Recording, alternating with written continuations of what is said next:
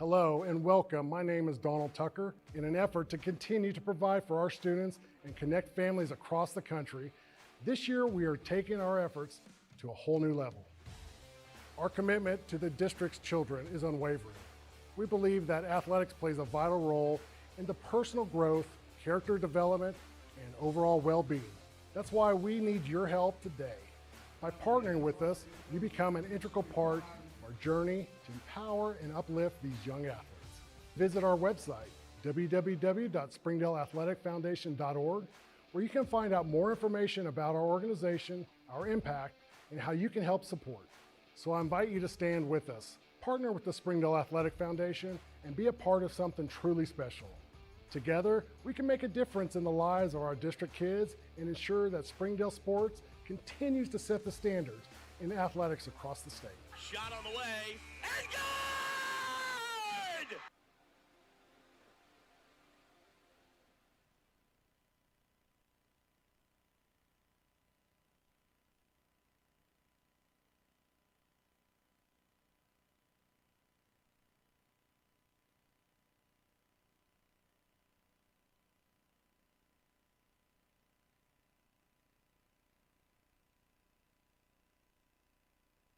Welcome into the Springdale Bulldog pregame show here on Springdale Athletic Foundation Television. Dogs off a bye week, getting ready to head into conference season. Coach Britt Hobbs is with us. And Coach, let's talk a little bit about the start of that conference season. As we all know, the non-con is your preseason. Mm-hmm. This is phase 2 here, and this is really the most important part of the year. Yeah, it is. And, it's a new season for us. Everybody starts out 0-0 fresh. And, we're coming off that bye week to give us an extra week to prepare for conference play and also work on ourselves a little bit and also get some guys healthy. Bye weeks are kind of mysterious because nobody ever knows what you guys are working on. Take me through the bye week and what you guys were working on. Is it training camp? Are we fine-tuning things? What goes on in those 5 days? I think it just depends year to year and what type of team you have. This year we have some inexperienced guys that we really need to work on getting better and focusing on ourselves most importantly, and that comes with, just basic fundamentals, technique, continue to learn the offense and defense, but to also, use the time to try and get some guys back or healthier, get your feet underneath you. And so I think that we did a combination of both that will help us out as we move forward into the conference. One of the areas you are not inexperienced is your inside linebackers. Shem Paul and Easton Hahn. These two guys have not only played a lot of football, but they played it at a very high level. Talk to me about how those two guys sort of set your defense up. We're always talking about signal callers on the offensive side of things. These are the guys that kind of set you guys up on defense. Yeah, they play a huge role. And, Shem Paul is a little banged up with his knee. You kind of see it a little bit in the Tulsa Bishop Kelly game. But he's starting to come around, and which is really going to help us. But he sets the front. He sets our defensive line.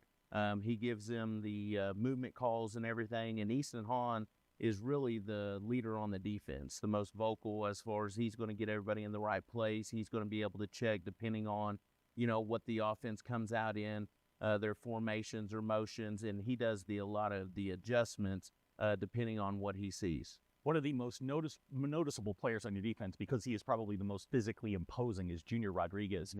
He's played the middle for you. He's moved to end. You can move him around a lot. But when that guy's motor is running, he is one of the most dominant defensive linemen we've seen here, maybe since Isaiah Nichols. Yeah, he is, and I think he's just going to continue to get better. I think as he continues to work himself in shape and everything, he's going to be causing a lot of trouble up front, especially creating double teams, and hopefully that'll help some of our guys win some one-on-one matchups, and also whenever we do bring some pressure, free some guys up. One of the guys I do want to talk about a little bit is you've got a young corner in DJ Manuel.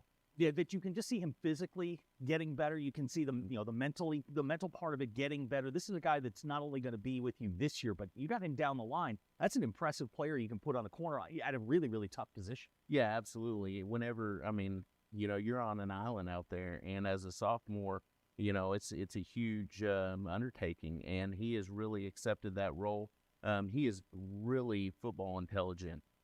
So he kind of understands the game. He understands what we're trying to do. And just like you said, the more he gets out there and the more reps that he gets, he just continues to get better and continues to grow. And I'm looking forward to seeing what he can do not only this year, but also in the future.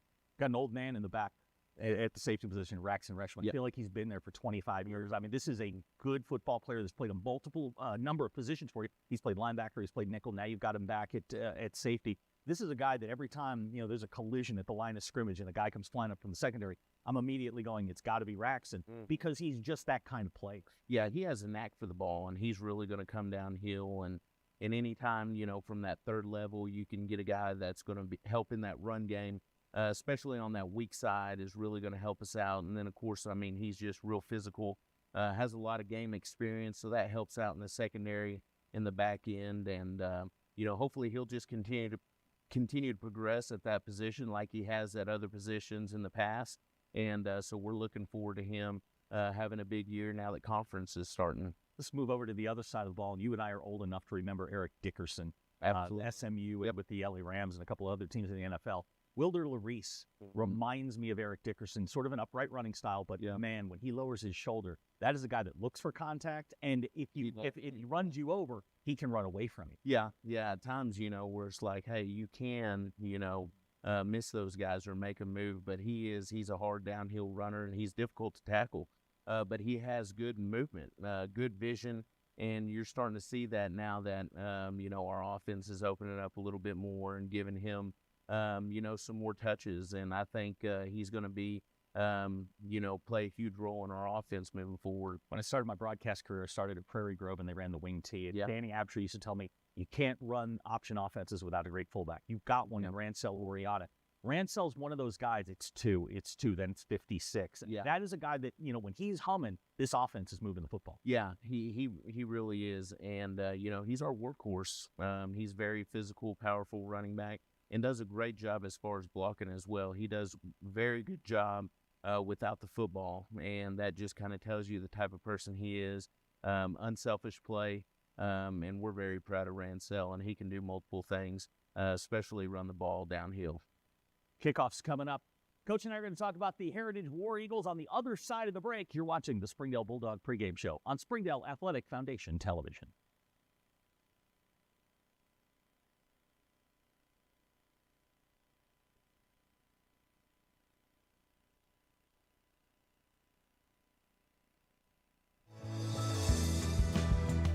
Hi, I'm Mary Jordan. Springdale Public Schools is launching a free weekly podcast called Springdale Today, which will feature news relevant to Springdale families. Springdale Today will feature educational news, district staff and students, as well as influential members of the Springdale community. I hope you'll join us as the free Springdale Today podcast premieres Wednesday, September 11th at noon on YouTube and your favorite podcast app. I look forward to chatting with you more about what's happening in Springdale today.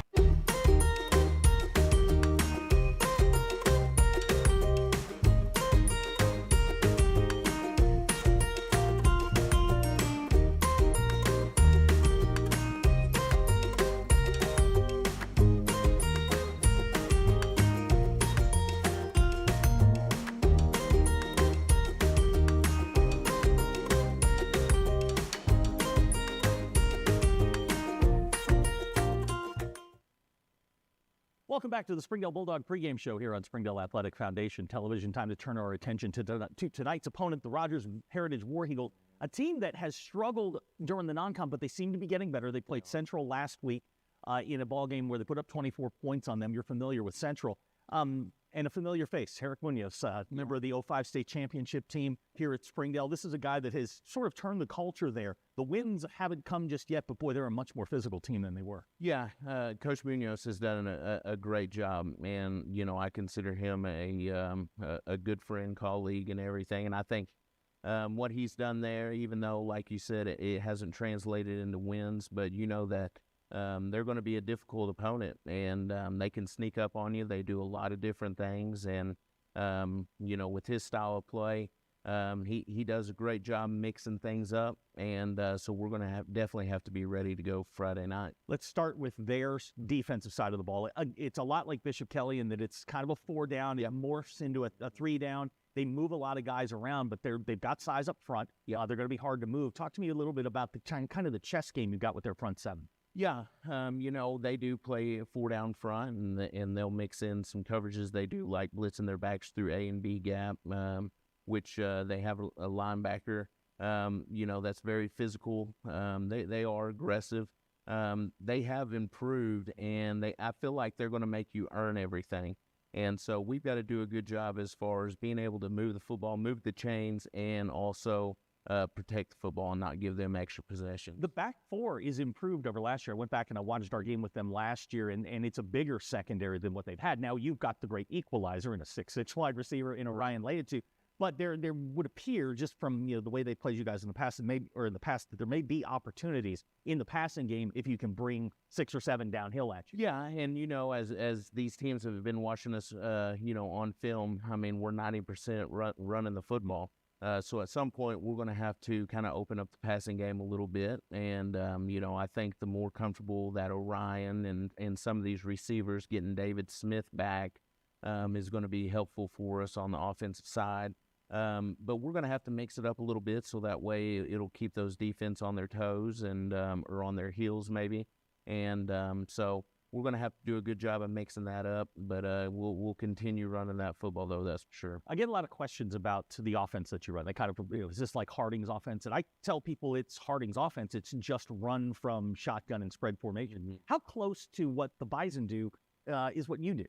Yeah, it is. It comes from the same, offensive option tree and everything. And, of course, we have been getting underneath center a little bit more. And, I think that, the more that we do that and the more teams have to practice, that just gives us another edge. But, just being able to get the ball on the perimeter, we want to be more physical up front, because with Harding and their style, they're just so low to the ground, and not pulling as much at times like we do, but it's very similar coming from the same offensive scheme.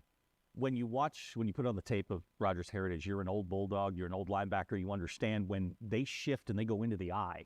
Yeah. I mean, you've got to sit there and go, this is very, very close to my heart. I mean, this is a power running team that wants to put their fullback in front of the tailback and just come straight at you. Yeah, absolutely. They're going to run ISO right at you, and we talked about that. That was, something you don't see a whole lot. You don't see it a lot, and that was, when I played linebacker, that was my favorite play to see, kind of old school football.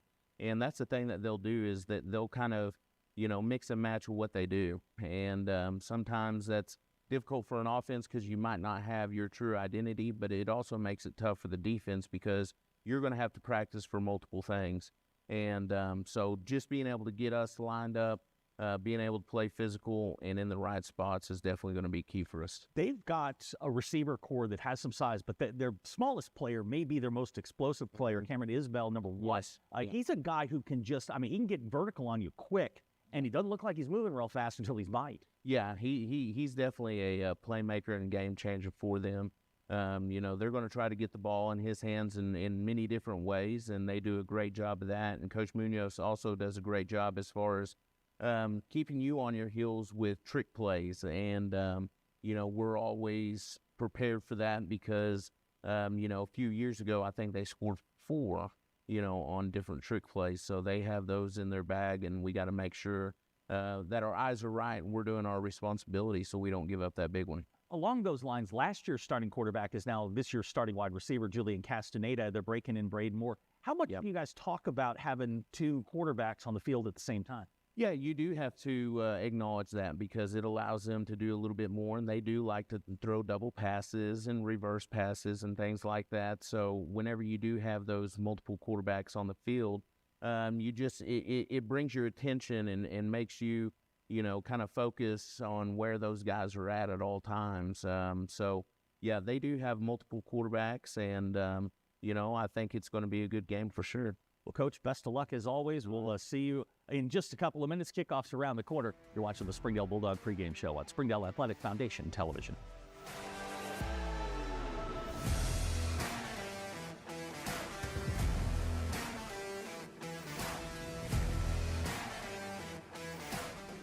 During the Great Depression, nothing came easy.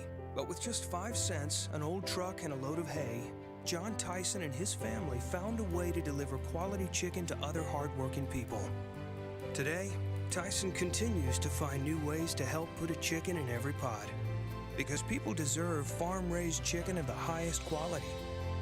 At Tyson, we remain committed to this simple promise: to always keep it real, to always keep it Tyson.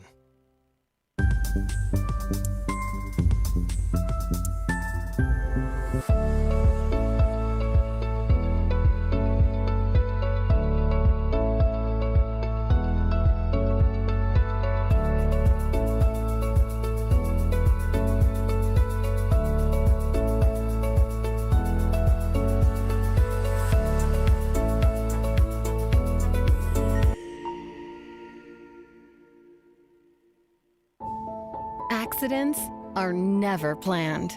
But no matter how small, every emergency that involves a child is a big deal. It's everything.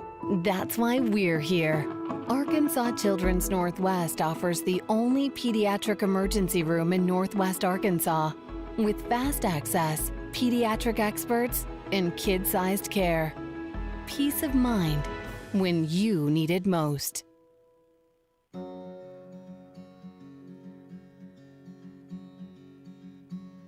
Hometown. That word still means something here. It means we're neighbors. We do the right thing. We care about your family. And you deserve the very best every time you walk in the front door. Harps. Hometown fresh. Hello and welcome to David Gates Stadium for tonight's contest on Springdale Athletic Foundation TV. Stephen Blackiston and Coach Robert Johnson with you as the Red Dogs are back in action after a week off, starting 7A West play against a familiar foe, the Rogers Heritage War Eagles. Red Dogs have had a week to lick their wounds. Yeah. What are you looking forward to tonight against two similar kind of styles of offense? Right. With our style out of the flexbone look, you're going to see, hopefully, us just getting back to the basics, being able to just manage the game a little bit better, blocking up front, getting good reads by the quarterback, getting good pitches when it's time to pitch. On the other side, you've got a group of kids that are very similar with a wing tee, but they'll also jump into the gun, like you mentioned earlier. We were talking, so it's they kind of pick and choose kind of what they want to do and kind of how they're feeling. Yeah, that's something for the viewers at home tonight. You'll see War Eagles will have two quarterbacks rolling, number 11, Julian Castaneda, and number 13, Braden Carroll. Carroll going to be that wing T quarterback, and Castaneda going to be more of that shotgun look. I'm curious your thoughts, kind of what are the pros, cons of running with two quarterbacks? The old adage is if you have two quarterbacks, you really have no quarterbacks. Right. I'm curious your thoughts. Well, sometimes as a coach, you kind of get a feel for how the kids respond to it. And when you get a kid that kind of sits back, kids gets more comfortable if he's off the line of scrimmage, and he may be that kid that's kind of he's able to look and see the field a little bit better. Kid under the wing tee is more of your gritty, more of your kid that's going to be able to take the punishment type kid out of the wing tee look, and it happens a lot quicker up front. Where the kid off in the shotgun, it's going to be a little slower play. Certainly, and to that point, going to the flexbone look that the Bulldogs have, and this wing tee sort of shotgun rushing attack that the War Eagles have, these defenses, both sides are going to have to be incredibly disciplined tonight. Yeah, you definitely have to be. And what we try to do is we're going to make you balance and play the whole field because we're going to zone to one side and we're going to run the option to the other side.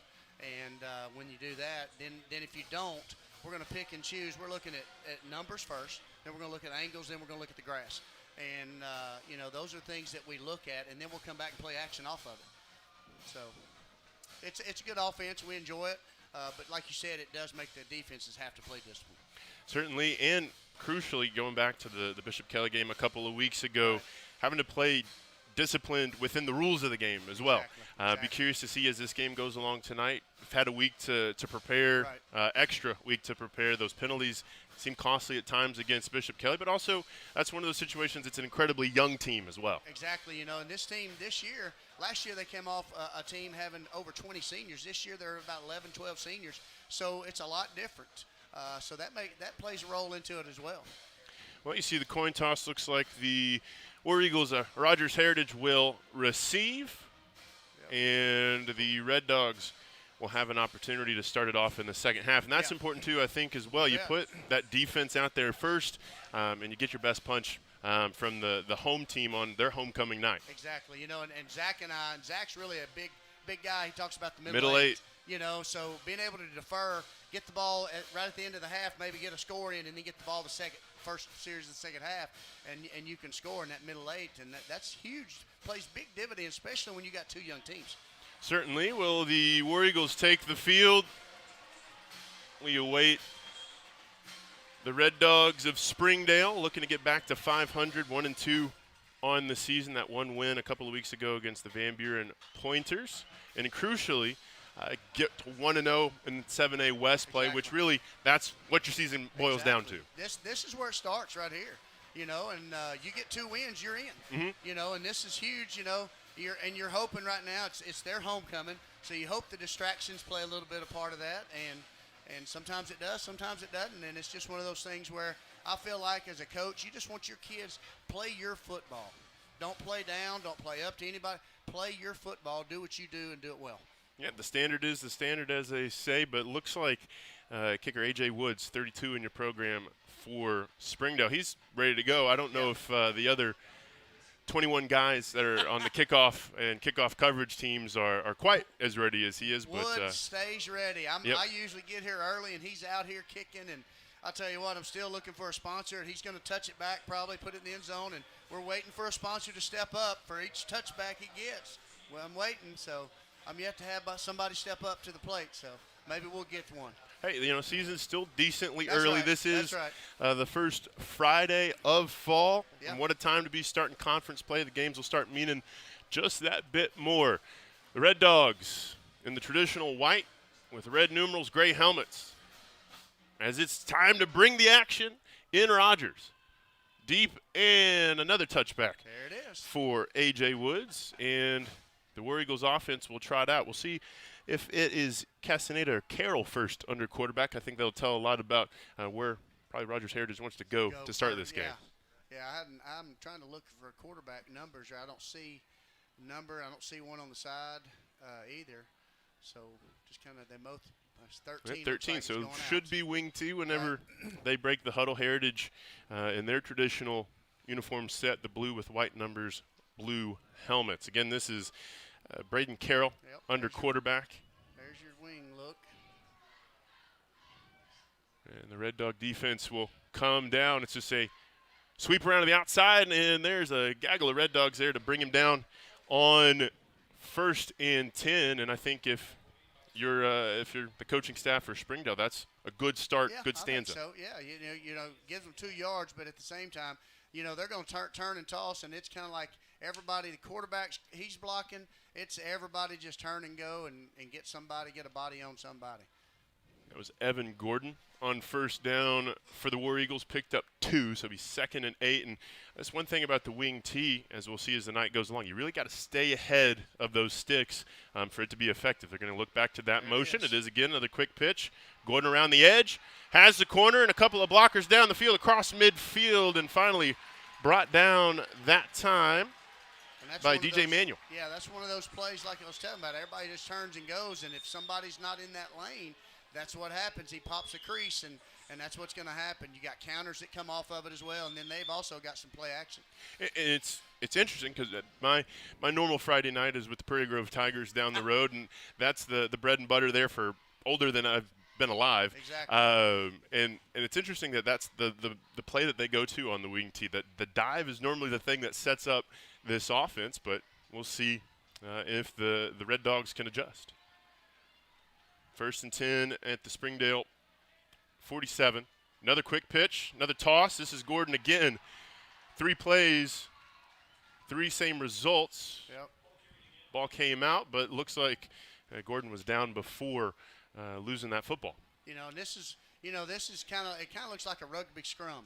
They just get in there and they just push. The linemen are foot to foot, and they do that so penetration doesn't get in, and that's what it kind of boils down to. As we hit the 10:45 mark in the first quarter, another thing with this offense, as you're probably familiar for viewers at home for Springdale, does take a lot of time off the clock, shortens the game. Yep.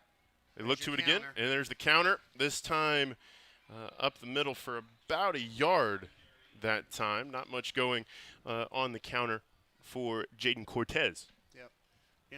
That's one of those things. They're gonna run that whether they get a yard or not, just to keep you honest, to make you have to play. One of the things, like you said earlier, you mentioned, keeping them behind the sticks is huge, because this is an offense where it's 3.5 yards. They're looking at 3.5 yards, 3.5 yards, 3.5 yards, and that's what they're looking for.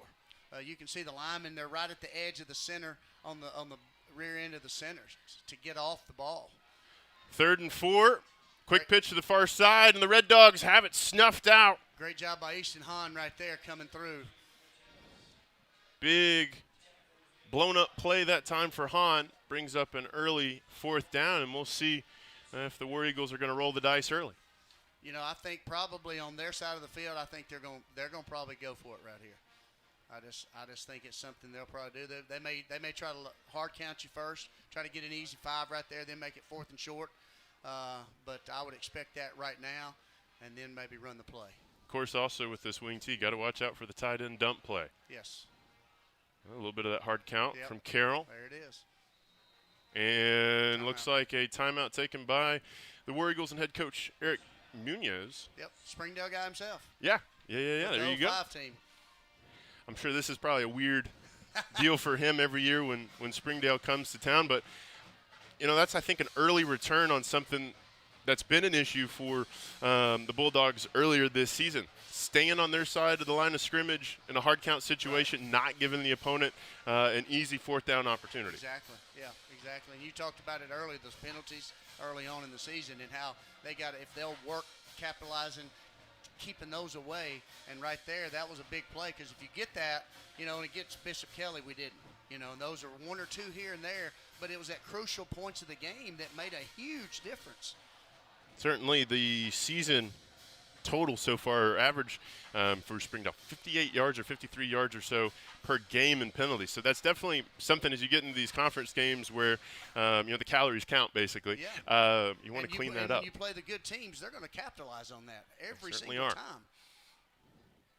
Well, it looks like the War Eagles going to keep the offense out there. And I think this is something, like you mentioned, too, the tight end, you got to definitely be ready for right here. Carroll under center. Another handoff to Gordon, and Gordon's not going to get there. It's going to be Springdale football going the other way. With great starting field position for the Red Dog offense. Yep, really good. Good job there. And that was something that the defense needed. Now the offense has got to play off of that, feed off of that, and just, do their job. Well, that drive for the War Eagles takes about 3 minutes of game clock off. 9:05 to go in the first quarter, and Springdale have the ball on the offensive side for the first time tonight. Again, coming off a loss 2 weeks ago out in Oklahoma against Bishop Kelly. A little triple option. Hayter gets the edge, pitched it out, and that should be near a first down on the first play of the game. That pitch was almost forward. You see that? Mm-hmm. And that's what that coach, I saw him look down there and ask. It was really close right there. And to be honest, it was probably what he's trying to read is that number 1 player, and that number 1 steps at him is probably a give. But that's okay. Worked out for us. Yeah, it was Rancel Oriana, 34 in your program on the first rushing attempt of the night. 2nd and 3, manageable down and distance for Springdale. Go back to another handoff for Oriana, and the big bowling ball gets it right at midfield. And if you saw that, we have what we call like a sniffer back, and he's gonna cruise across the field, and he's gonna dive to one side, and they're gonna option back to this side. So like you said, they got to play sound on defense and play the whole field. Yeah, that's the great thing about both of these offenses tonight. It's going to make the defenses think. Exactly. And when you think, you're slow. Well, and both of them, it's a pound. So in the fourth quarter, the thinking part really plays off. Well, third and manageable, third and short for Springdale right at midfield. Another power handoff on the option across midfield. Still churning and burning. Rancel Oriana picks up the first down of the night. It's really good to see him coming back, and he's a big back at 5'10", about 235, 236. And then you got Wilder that's about 5'10", about 216. So you got two big old guys, but they're different speeds because Wilder, he can really run, and if he breaks it, he's probably gone. And then you got Carson, the quarterback, who's probably the fastest of them all. So good problems to have. Yes. Especially in this style of offense. Be 1st and 10 at the War Eagle 41. Quarterback follow. Yep, just going to keep it himself. Has a crease and will be near that first down marker down to the Heritage 32 or so. And the Springdale Bulldogs staying ahead of the sticks early on. And if you saw, Wilder kind of does it. That was a twirl motion where he goes that way and thinks going this way, and he'll come back to this side. So, there's a lot of things. Coach Hahn does a tremendous job putting a tweak here and a tweak there and just making things different. Well, second and short. Hader calls out the protection. Well, the Larice behind him in the formation has Oriana in motion. Speed option out, pitched, and a loss of yards that time for Springdale. Good job by Heritage to cover that pitch. Yeah, they did a good job right there, and I'm not sure that may have been a pull, a give read right there, because when he pitched it, we really didn't have anybody to block for him. So defensively, they did a good job preparing for that one. Well, third down for the Bulldogs as we near in on 6 minutes to go in this first quarter, which is flown by. On these two offenses, that's what you're going to see. You're going to see the clock keep moving, and that's what both of them wanted to do. Yeah, the White Hat's going to have to ice the elbow tonight, winding that clock. Third down, 4 to go. Hader, we have some laundry first. Looks like we moved. I think our right guard moved a little bit. Yeah, we'll check the marker, and indeed it is a false start. So it'll make the 3rd and 4 a 3rd and 9 for Springdale, and has to change the game plan a little bit. Yeah, it definitely makes a difference in your play call. Here's probably a play action type, maybe a straight drop back and kind of see what they're going to do. Kind of depends on the box. What you're going to get, is it 4-1, 4-2 box? And in our offense, we see just about every box up front. So looks like you're getting a 4-2 box here. Hader has 2 receivers in the pattern and another flag. Oh, boy. See the marker again. Yeah, looks like Sebastian. Yeah, back on the Red Dogs. They keep backing up. Yeah. So what went from a 3rd and 4 now turns into a 3rd and a mile. Right. And that, again, we mentioned the penalties, and offensively, it's costing us. So we've got to do a good job. And here you got to at least get half of it back to have something manageable to make the decision. Yeah, give yourself a chance. Well, Hader going to pass. Downfield, has a man complete and out of bounds. That's enough yards for the first down. Great catch right there. That was a great throw, great catch. Looks like that was Lyle Sampson with the completion. Yeah, he was one of mine a long time ago there. That was a great route right by Lyle and great catch. Good job. Yeah, Lyle finds the sticks. Just goes a little bit past it, whips the head around. The ball's placed right there for him by Hader, and the drive survives with 5.5 or so to go first quarter. Yep. Now you get back to running your offense, and that's one of the things you want to try to be able to do is a little bit of a fumbled operation, but Hader has a crease across the 20, 10, 5, touchdown Red Dogs. Great read right there, and they've really run that well this year, where they'll give the dive and counter back the opposite direction. They've really done a good job of that. And the Red Dogs on the board first. after a 3.5 minute scoring Right. drive, goes about half the distance of the field, and crucially gets the first blood in this one. It'll be Woods on for the extra point. And it's up and good. 7-0. The Bulldogs lead early on, 5.5 minutes. We've seen both offenses. We've seen both defenses. We'll see, Coach Johnson, what adjustments both sides make. I was remarking when I got here, you don't see very often here on this Heritage sideline. You have the grease board down Right. on the sideline. That's right. Yeah, we've got our TVs on one side, and you've got the dry erase board on the other side, and it's just an old school. And that's kind of the offense they run, and that's what you expect. I promise you, you talked about Prairie Grove, that's what they're going to have, too. That might even be a chalkboard. Yeah, I don't know. Yeah. No, I know last year when we were down there, they got the huddle camera, and, I mean, you would have thought that it was the discovery of fire down there. It was a big deal. But it will be Woods back out for Springdale to get us back underway. Already has one touchback tonight, looking to double his tally.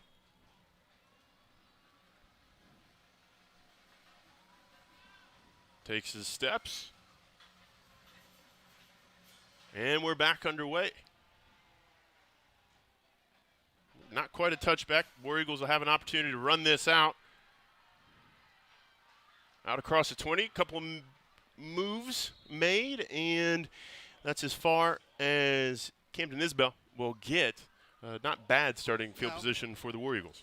Not too bad. It's about 4 yards further than they had from the touchback. And Woods that time just got under it a little bit, spun a little bit too much, and you want to try to kick through the ball a little bit more, and he knows. He does a great job. I love watching him warm up and watching him just prepare himself. He does a good job.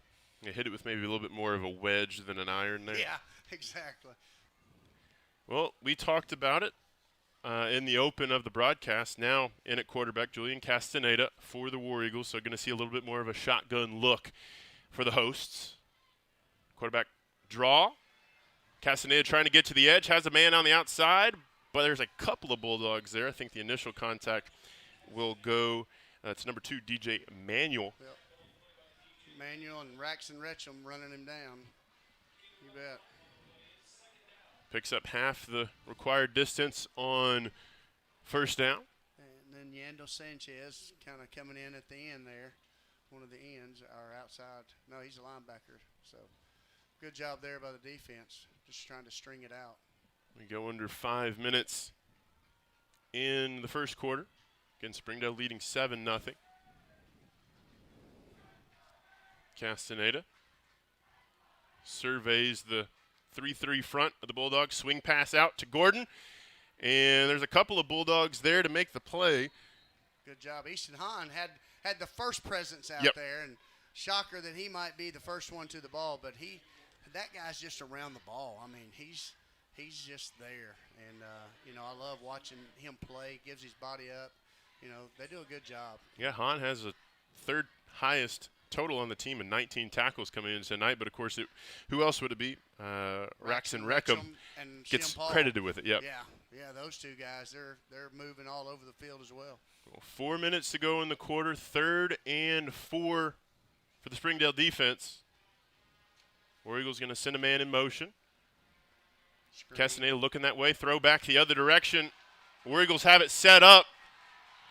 And if it wasn't for the turf monster and the boundary, I think that might have been 6 for Heritage. Yeah, I think he hurt he might have hyperextended his knee there. It kind of looked like when he went to plant, he kind of popped his knee out. And sometimes that turf will tend to do that than natural grass. It's a little bit different feel.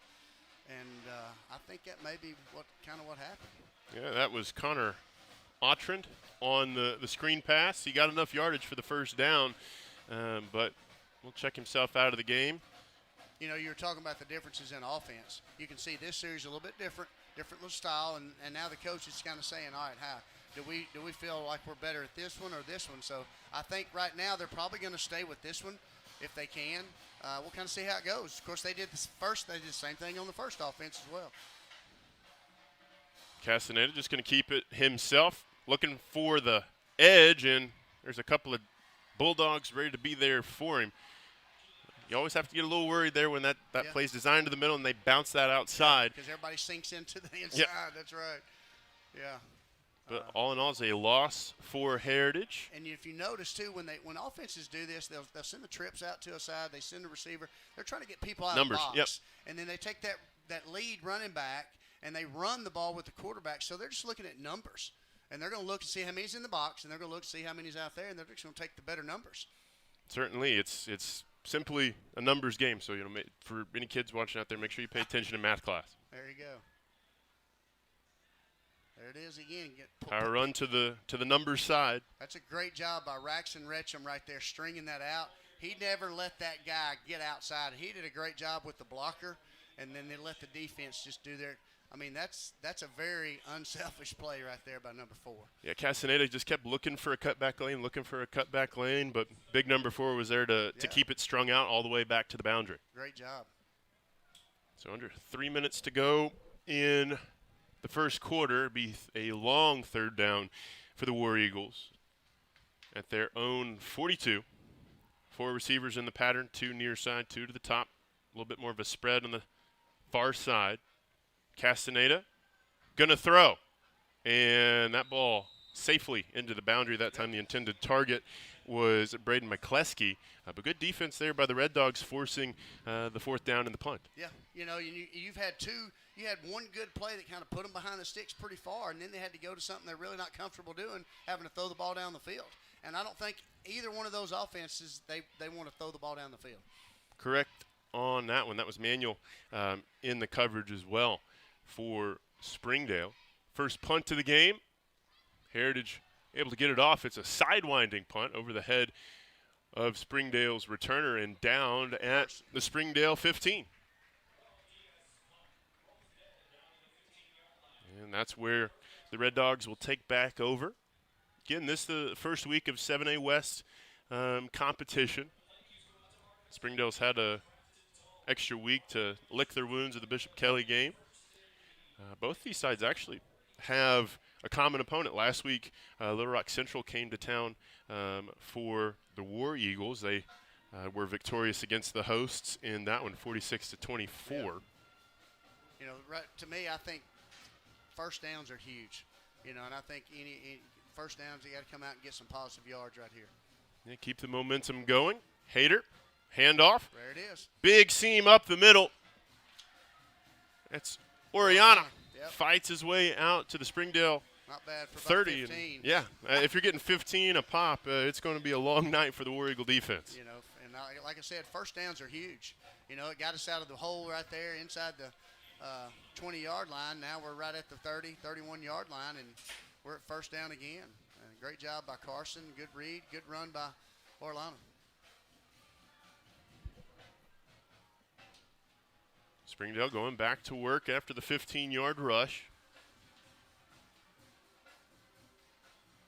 Another handoff on the option. You're talking about Wilder right there, getting the dive right there. Even though he got hit in the backfield, he still gets back to, the line of scrimmage, maybe a yard or two. That's just being strong, and that's what you want to be able to do. Misread, but that's all right. We still made some positive yards out of it.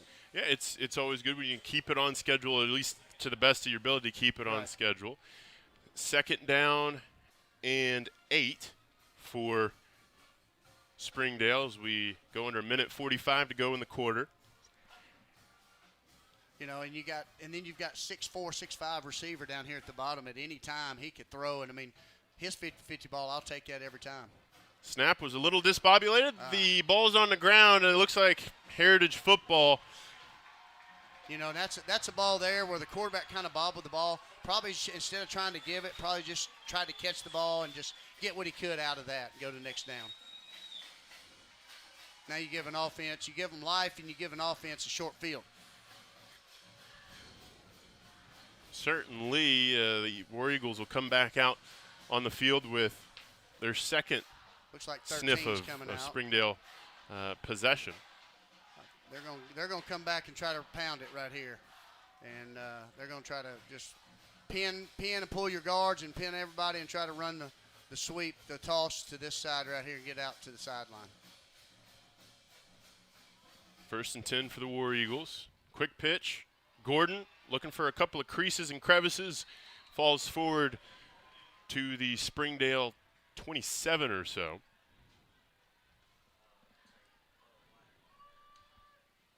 And again, it's interesting, especially at this level even, to see that two offense sort of set. Right.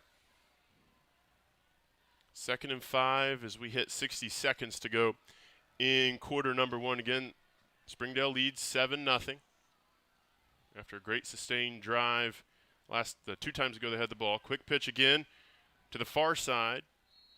And a couple of more yards for Rogers Heritage as they keep swinging away at it. That was Jaden Cortez. Yep. And they'll have to take another snap before the quarter, so and he's probably going to try to take it down and make sure this is, like I said, these two offenses, they want the clock to run.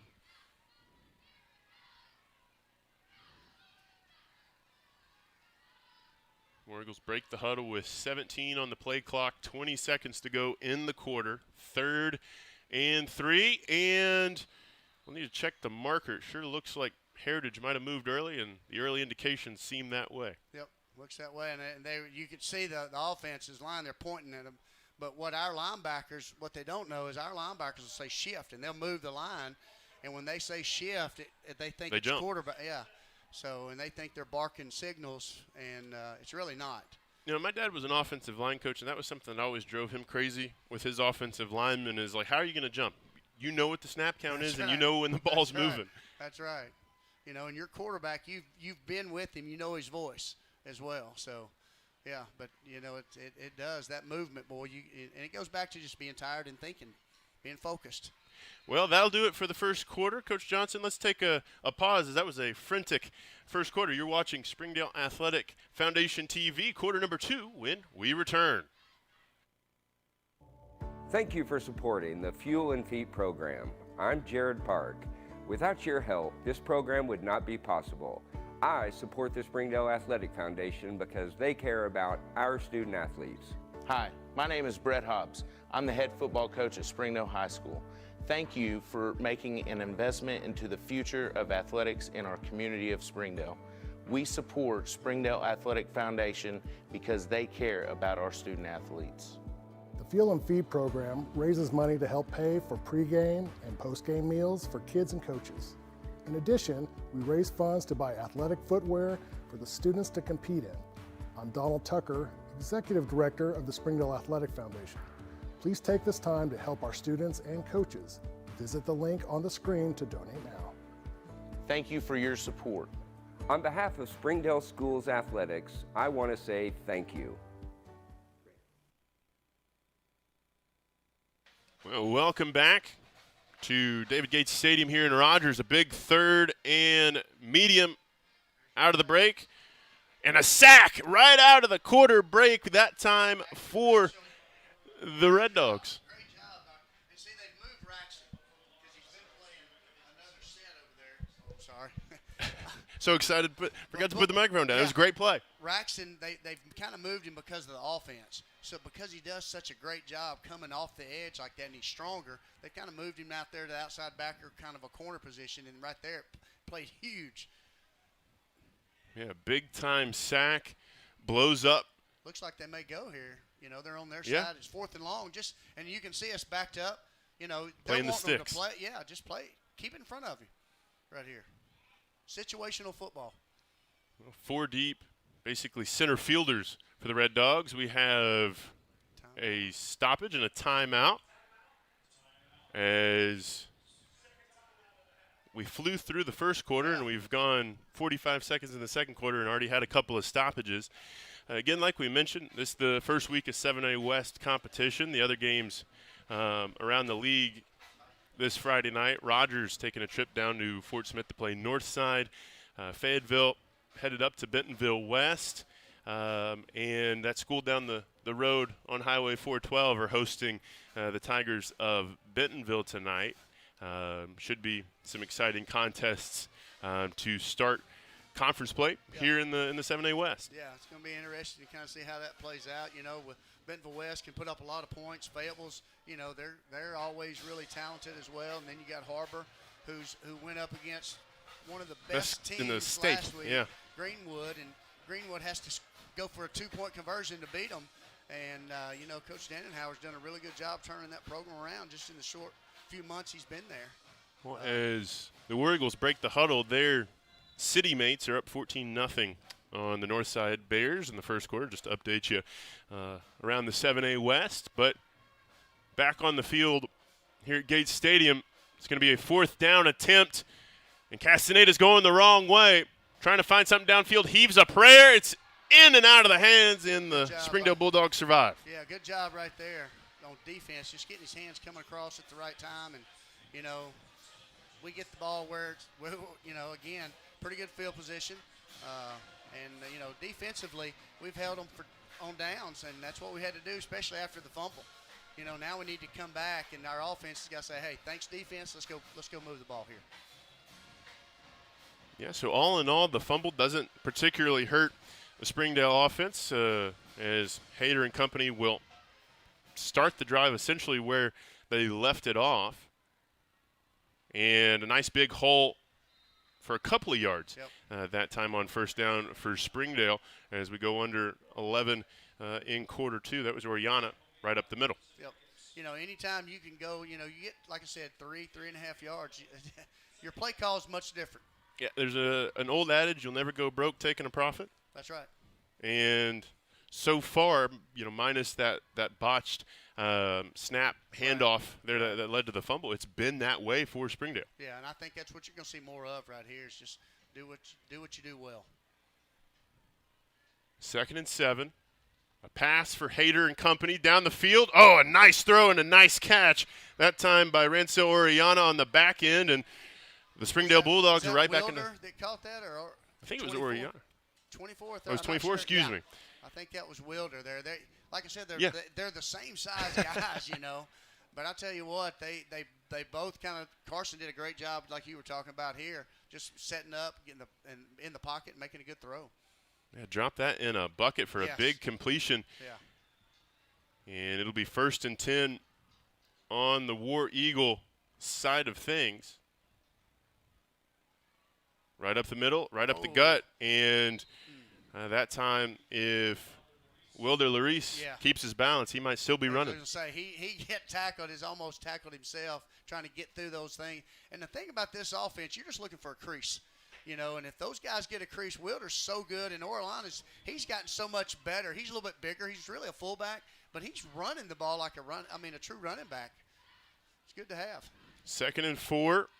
War Eagles sent a run blitz, and the Bulldogs run to the other side.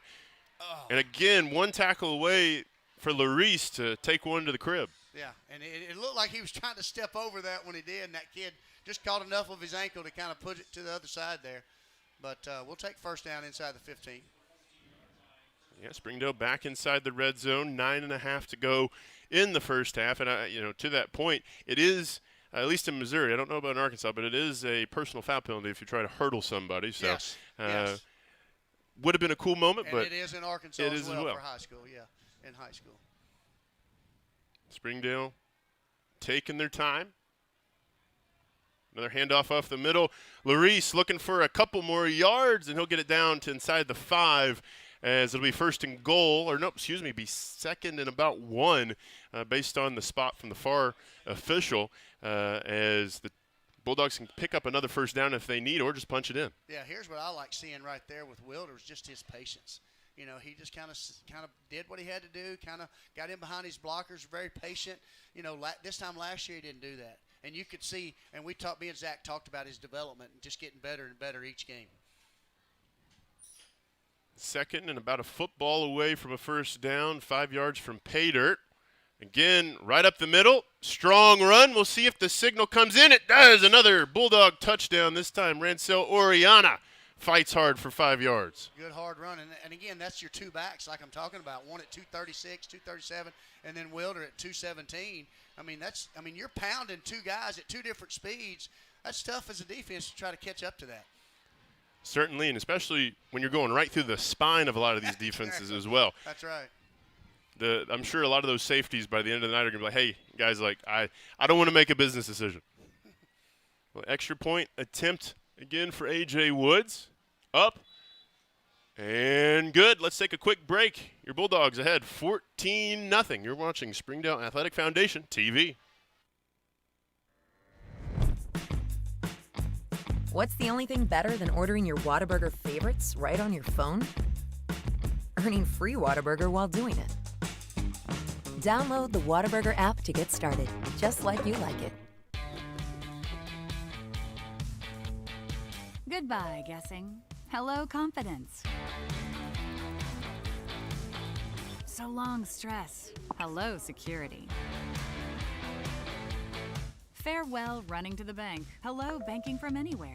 Get a quick view of your balance, block lost debit cards, and quickly deposit checks anywhere, anytime with a highly rated Arvest Go mobile app from Arvest Bank.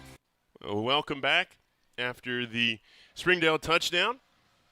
Let's see if AJ can put this one another touchback. I'm going to bet he does.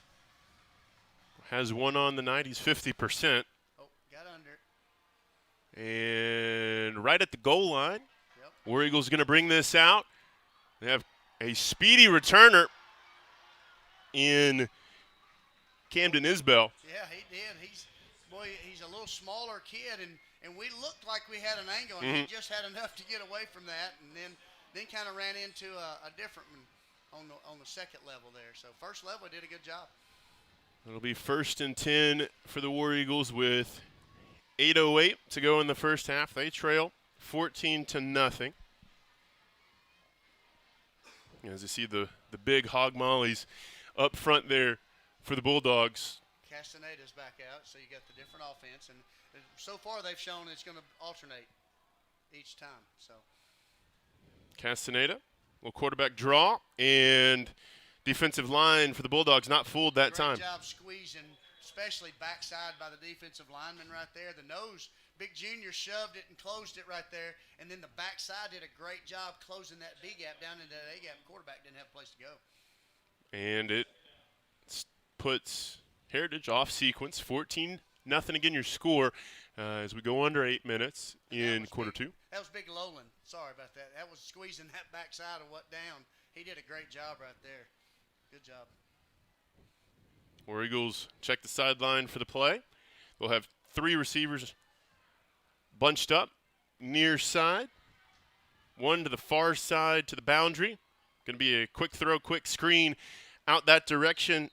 And that's Isbell, the returner, picks up a handful of yards and makes this a little bit more of a manageable third down for Heritage. Yeah, you got Marquise Coben right there on the play, Easton Hahn on the play. I mean, you got guys flying around the ball. You had your defensive end, Wynton Caben, exiting on that screen right there and getting to the sideline. And, man, you know, when defensive linemen can see it and exit out of there, that's pretty good. Yeah, there's been a lot of white jerseys flowing to where that football's going tonight so far. So certainly encouraging signs for the young Springdale side. 3rd and 7. Swung out to Gordon.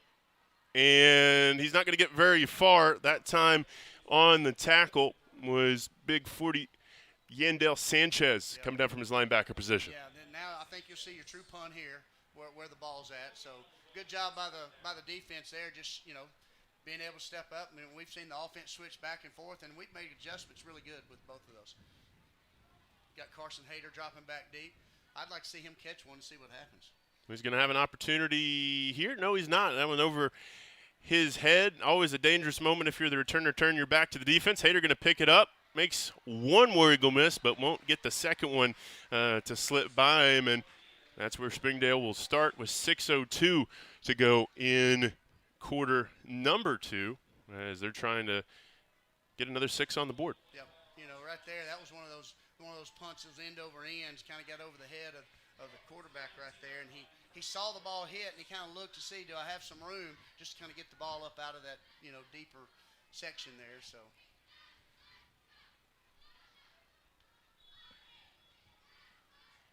you know, like to see the offense come out and just be productive right here. Again, just continue to execute. First downs are huge right here, I think. You're inside the 20, you need a positive play right here. I want to mention that touchdown from Oriana was his 4th of the season. A little bootleg. Hayter has his man. Oh, great one-handed catch in space. Down the sideline, still rumbling and bumbling. is Easton Hahn. What a catch right there, because Carson, he almost he was trying to place it over the top of that defender, and he almost kind of released it a little bit high, and Easton made a great one-handed, kind of tipped it to himself. And, there's a kid again. Easton plays hard on defense. He turns around and plays. He knows one speed. It's all go. That's it. All go, and with that, makes it 1st and 10 on the Heritage 45. And I think if you're a Bulldog fan so far tonight, you're liking the balance and the efficiency of both the run and the pass as an up-the-middle power attack that time, just a couple of yards for Springdale. And I've noticed defensively for them, they're starting to they'll take an outside backer and start sending them. The outside backer and start sending. They're just trying to do some things here and there, just trying to throw us off. But here's the thing: if we do what we're supposed to up front and zone to where it's not going to matter a whole lot. It really doesn't matter as long as we're where we're supposed to be and just do what we're supposed to do. It's okay. Springdale checking the sideline for the play, taking their time as we near in on 5 minutes to go in quarter 2. Getting close to the middle 8. Middle 8. The Zach Arns middle 8. Another handoff up the middle. Oriana first down. Carries the Heritage defense and moves the sticks. Oriana's had quite the game. Good job. You mentioned he's maybe more the fullback in this type of offense, but he's showing a little bit of flight of foot too. Yes, he's stepped up this year, and he's been that guy that shows, hey, I can do the other stuff too, and he's done a great job doing that. 4:30 to go in the quarter. We have a whistle. Let's see. Officials timeout. Yeah. This Angel year, Cruz. The point of emphasis is I think it's knee pads, and he saw the guy with his knee pad above his knees, so he has to make him go out. I think that's what it was. Well, no harm, no foul. We play on. Again, the Bulldogs content to just feed it right through the heart of the Heritage defense. That was Larice on the first down carry. Yeah, Wilder does a good job. Like I said, you got two big old backs. One's at like 216, one's at like 228, 230. I'm not sure exactly the pound, the weight. I'll look here in a second, and they're different speeds. Like you said, if I'm a safety and have to stop for that, good luck. I'm telling those front guys, that's enough. Yeah, you might call it the Wendy's formation. Where's the beef with those two running backs coming downhill at you?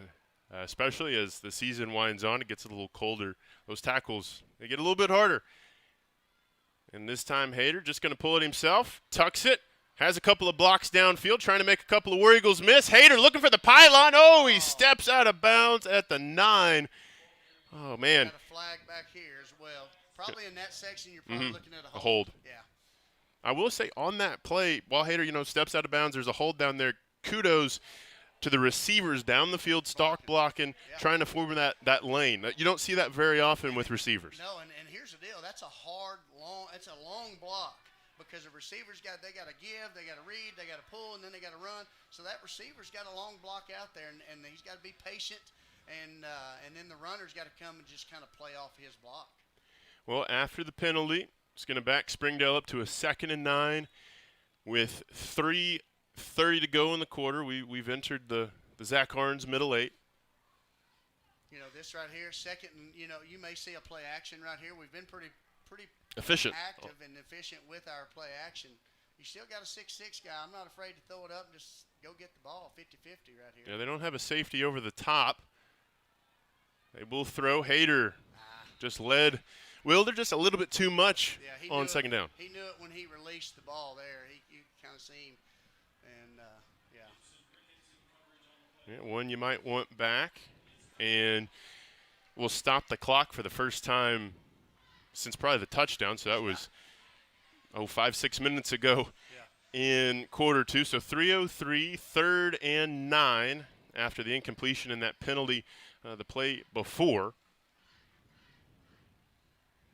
In what should be a passing down, but with the Flexbone-esque offense, you never can tell. Hayter just going to hand off to Wilder. Wilder gets it to the Heritage 30, and that's as far as he'll go. Brings up a 4th and 5, and we'll see if Coach Hobbs wants to roll the dice. I think he's bringing Woods out. Let him try a field goal right here. You're going to look at a 7 right there, probably about a 37-yard field goal. Let's see if Woods has it in his bag. He's got plenty of leg. I know that. It's just a matter of keeping it between those poles.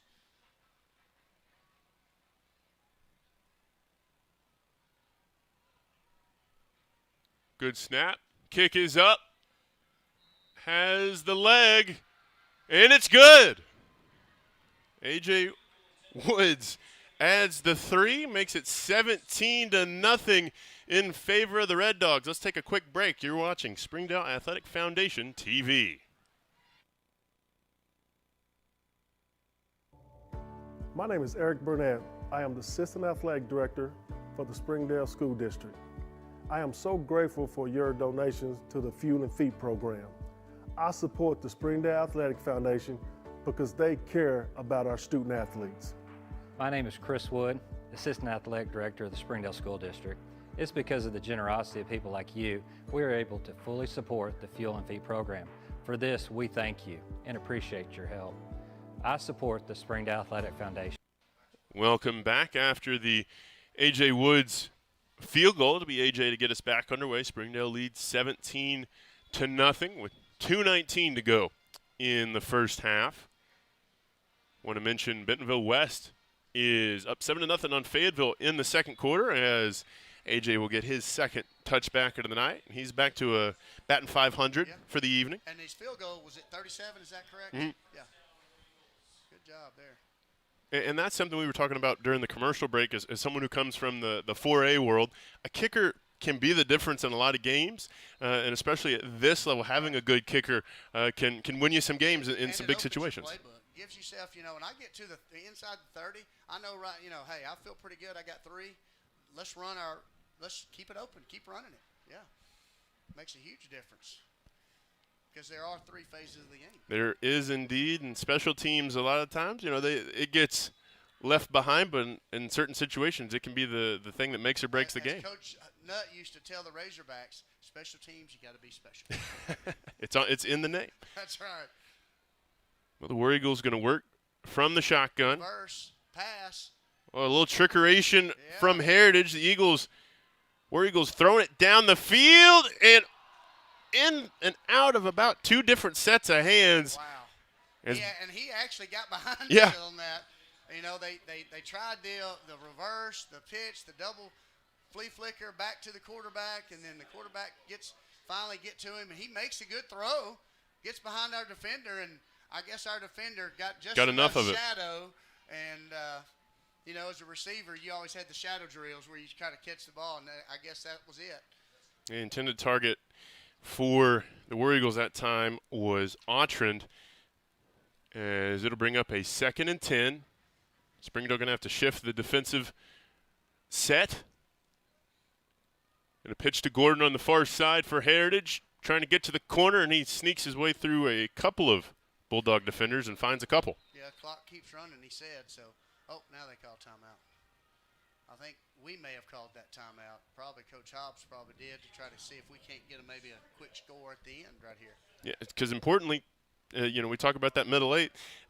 Springdale will start the second half with the football, exactly 2 minutes to go in the frame, and a big 3rd down again for the Heritage offense. That in the first quarter we saw some flashes, but the defense for Springdale seems to have made some adjustments in the second quarter. Yeah, and here's the deal. They've stepped up in the times they needed to, and that was one of the things you and I talked about the Bishop Kelly game that they didn't. They had a penalty here, or they had a penalty there, or they weren't in the right position, missed a tackle here and there. And so tonight you're seeing them capitalize on those kind of things. Certainly. Be interesting to see as the game goes along. That chess match, the defense adjusts, the offense will adjust to that, and so on and so forth.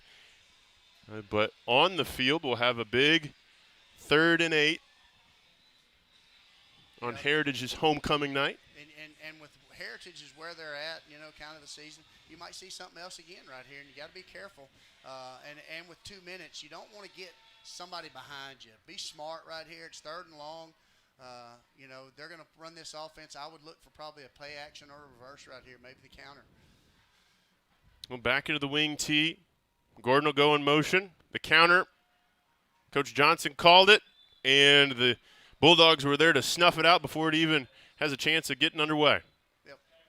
Good job by the defense. And anytime you run that type of offense, penetration kills it, and that's what you saw happen right there. Yeah, there was Bulldogs in the backfield before the exchange was almost made. And then you got another timeout, so it leaves, I believe, one timeout left. So Coach Hobbs did a good job just on management right there, clock management. You know, and these are games where that becomes important, especially maybe not this game, but 2 or 3 games from now when it does matter. That clock management by Coach Hobbs right there is a great job. Certainly is. Springdale's trying to find some more points on this side of halftime. And, you know, we've mentioned it a few times, and I'm sure over the course of the season, with an incredibly young team, these are things that you have to learn. Yes. You know, you can practice them all you want, but when you get, the lights are on and the pads are on, and there's somebody else who's not your friend or whoever trying to hit you, these are learning opportunities on-the-job training and as almost. As a coach, you can't assume they know those. Mm-hmm. You got to be in the moment. You got to teach them. You got to make sure they understand the game. Looks like I'm not sure, Jacoby back deep. I think it is. Yeah, it's hard to tell. I think it's Jacoby Mason. I think it's number 8 back there. I think that's who it is. Well, sidewinding punt again. This may be one you just let hit. Oh, yeah. And it's just going to keep rolling to about the Springdale 25. That's where it'll be blown dead. And he did a great job flipping the field right there. That was a good job by the punt. He's done that twice now. And right now, that's been their best offense. Yeah. He's had lots of practice tonight. So minute 43 for the offense to work to extend the advantage. Other than the fumble, Springdale scored on all of their drives as well tonight. That's a good trend as well if you're looking at a larger picture of what Springdale needs to do this season. That's right. And right here, I think you're going to look maybe try to get a chunk play first maybe, and then possibly kind of see where they're at, and then see what happens. You got the receiver moving in up top right there. I wouldn't be surprised if they try to throw a little fade route against the corner over there. Let's lay it to the far side. Power handoff. Springdale going to have a first down and a little bit more. That's Wilder Larice. Did you see how Wilder got in behind had a convoy right there and just kind of put his hand on his back? Great job. I love that. First and 10. Minute 30 or so to go in the half. And a whistle and a timeout taken by Heritage. Coach Munoz is quick to get him a timeout right there. The coaches saw something. You could see them trying to motion it to the players, and Coach Munoz was like, hey, let's make sure they understand exactly what's going on, and probably takes a pretty good timeout for his team right there. Yeah, with 90 seconds to go in the half, a lot of the Heritage defenders were given the universal sign of I don't know, the palms up, turned to the sideline. Yeah. And, crucially, you can't take it with you to the second half. Might as well burn it here, I suppose. But you have to say, one play, one first down, a good opening stanza of this drive for Springdale. Yeah. Like I said, a good chunk play right here. You still got a minute 30. You got a timeout that you have. You got a kicker that does have some distance. He's made the 37. I've seen him in pregame kick it from 50, but in action I hadn't seen. But he's got the leg to do it. So you've got that into play in your play call as well. So you've got some options with a minute 30 left with a timeout. Well, let's see what Coach Hobbs and company draw up out of this timeout. 3 receivers to the far side of the pattern for Springdale. Yeah, I think they're going to get the tackle. Yeah, 70 Sebastian Torres right there, I think. Sebastian's young kid, big kid. You can tell he's got a good frame on him. Going to be a really good player for us. Having to step in and play and get some reps right there, and he's a little excited and made a jump right there. After the penalty, be 1st and 15. Clock still not running because of the Heritage timeout. Springdale going to stick with the same formation. Hayter evades the pressure, takes off on his own accord, out across the Springdale 40, out of bounds at the 42, so gets the penalty and then some back, and importantly, gets out of bounds, saves that final timeout. We'll take that. Second and medium right there, and anytime you can stop the clock and still go to second and medium and get that back, that's good. And here's what I liked about Carson right there. Nothing was open. Don't throw something and cost your team right there. He did a good job. He's a good enough athlete to make somebody have to play him.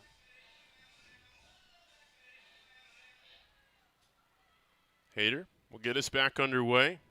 Power handoff. There's quite an alley this time for Oriana. Oriana into Heritage territory as he rides a couple of War Eagles and another first down for and you can Springdale. See them getting lined up right there because they want to keep that timeout available.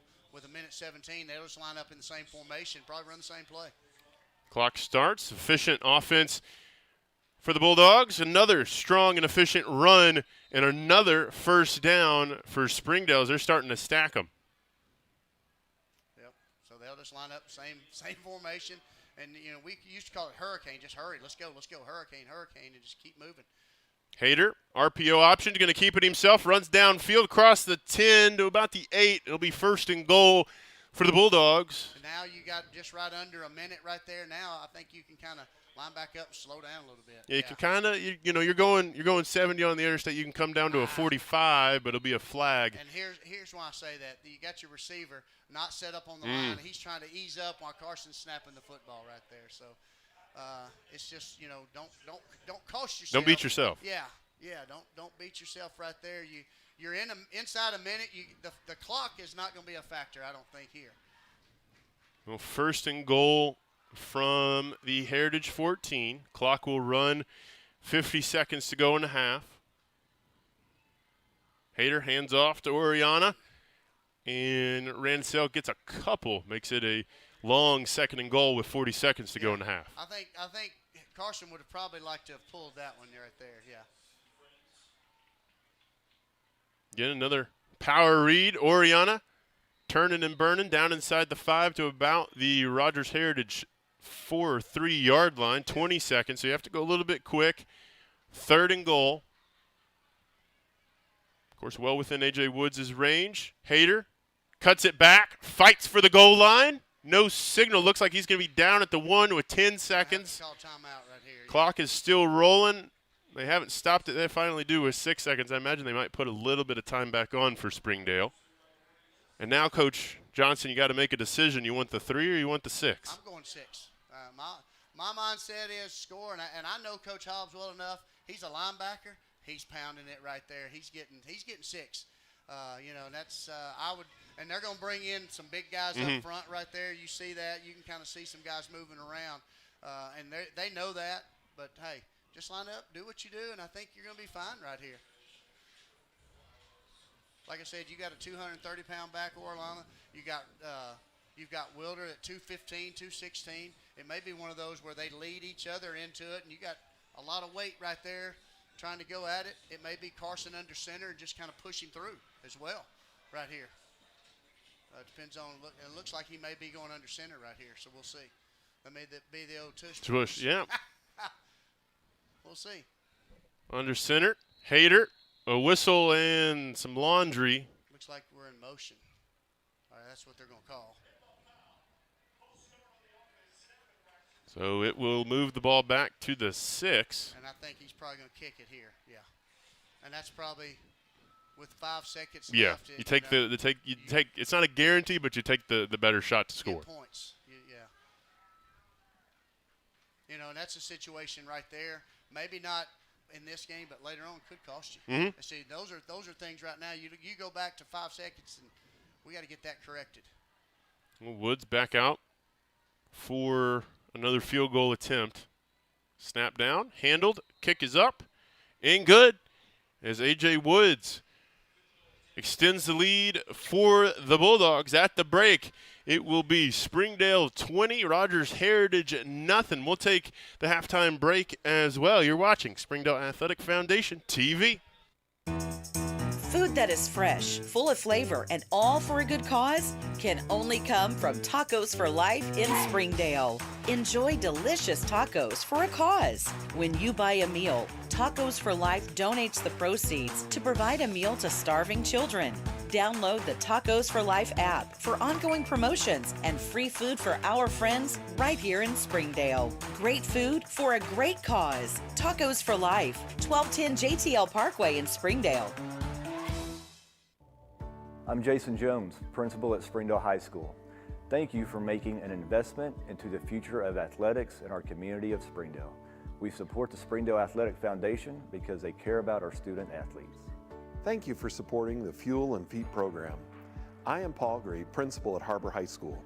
Without your help, this program would not be possible. I support the Springdale Athletic Foundation because they care about our student athletes. The Fuel and Feed program raises money to help pay for pregame and postgame meals for kids and coaches. In addition, we raise funds to buy athletic footwear for the students to compete in. I'm Donald Tucker, Executive Director of the Springdale Athletic Foundation. Please take this time to help our students and coaches. Visit the link on the screen to donate now. Thank you for your support. On behalf of Springdale School Athletics, I want to say thank you.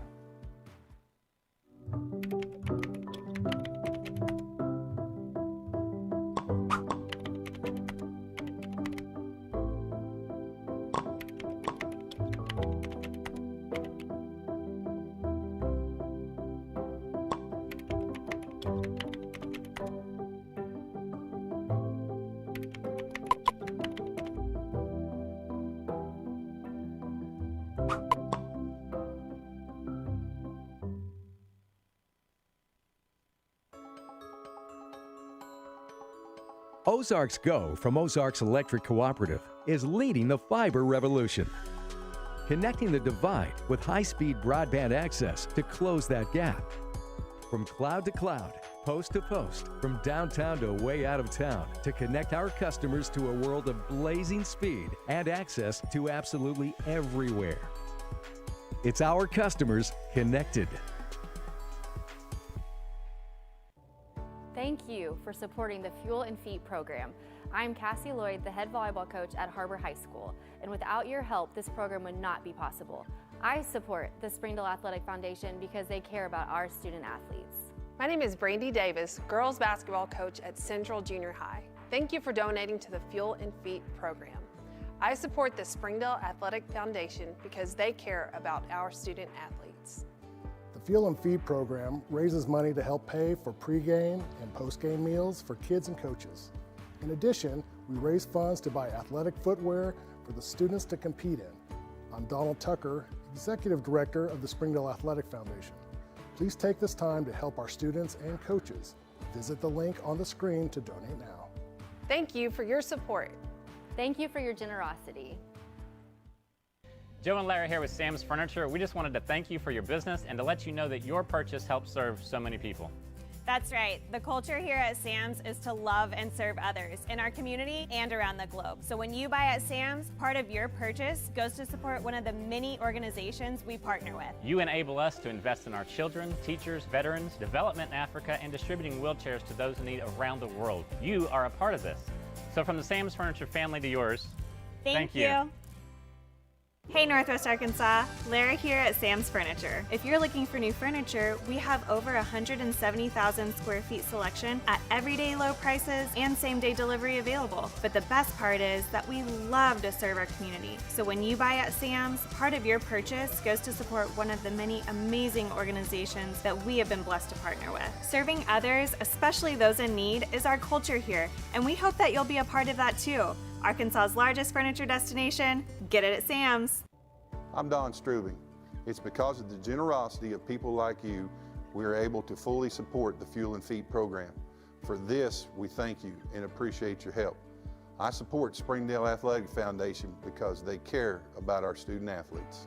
My name is Zach Arns. I'm voice of the Springdale Bulldogs. Thank you for donating to the Fuel and Feed program. I support the Springdale Athletic Foundation because they care about our student athletes. The Fuel and Feed program raises money to help pay for pregame and postgame meals for kids and coaches.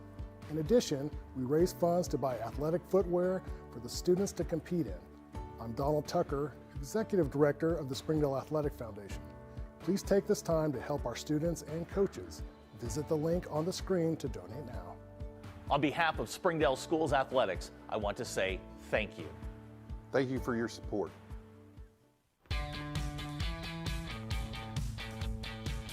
Goodbye, paperwork. Hello, convenience. Farewell, waiting. Hello, personal service. See you later, dreaming. Hello, planning. Buy your dream home, connect with a personal banker, and easily schedule an appointment with digital tools from Arvest Bank. Goodbye limits, hello possibilities. Hello and welcome. My name is Donald Tucker. In an effort to continue to provide for our students and connect families across the country, this year we are taking our efforts to a whole new level. Our commitment to the district's children is unwavering. We believe that athletics plays a vital role in the personal growth, character development, and overall well-being. That's why we need your help today. By partnering with us, you become an integral part of our journey to empower and uplift these young athletes. Visit our website, www.springdaleathleticfoundation.org, where you can find out more information about our organization, our impact, and how you can help support. So I invite you to stand with us, partner with the Springdale Athletic Foundation, and be a part of something truly special. Together, we can make a difference in the lives of our district kids and ensure that Springdale sports continues to set the standards in athletics across the state. Shot on the way, and good!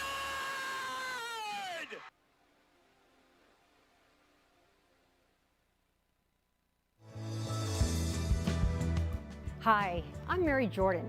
Springdale Public Schools is launching a free weekly podcast called Springdale Today, which will feature news relevant to Springdale families. Springdale Today will feature educational news, district staff and students, as well as influential members of the Springdale community. I hope you'll join us as the free Springdale Today podcast premieres Wednesday, September 11th at noon on YouTube and your favorite podcast app. I look forward to chatting with you more about what's happening in Springdale today.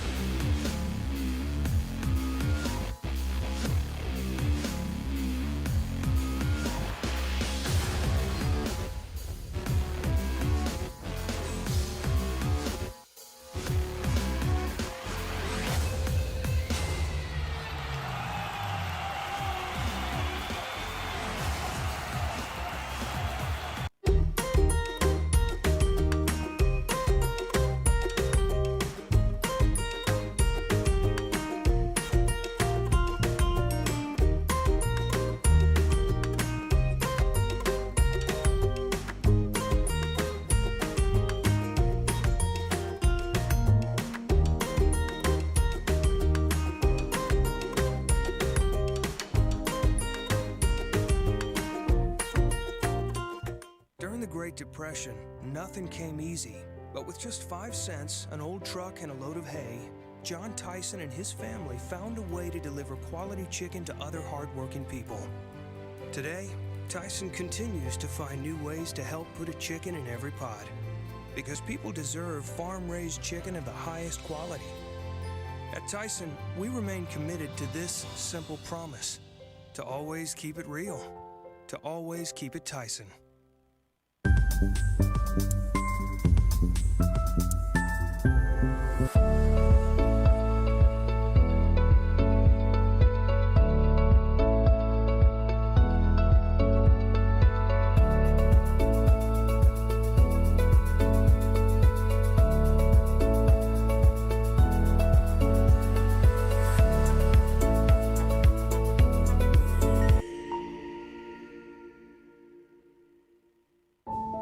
Accidents are never planned. But no matter how small, every emergency that involves a child is a big deal. It's everything. That's why we're here.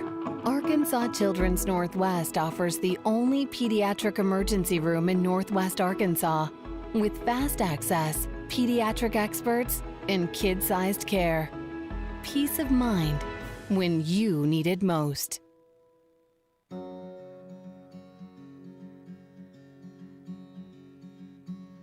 Hometown. That word still means something here. It means we're neighbors. We do the right thing. We care about your family.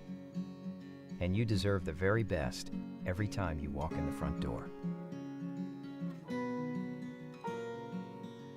Harps, hometown fresh. Joe and Larry here with Sam's Furniture. We just wanted to thank you for your business and to let you know that your purchase helps serve so many people.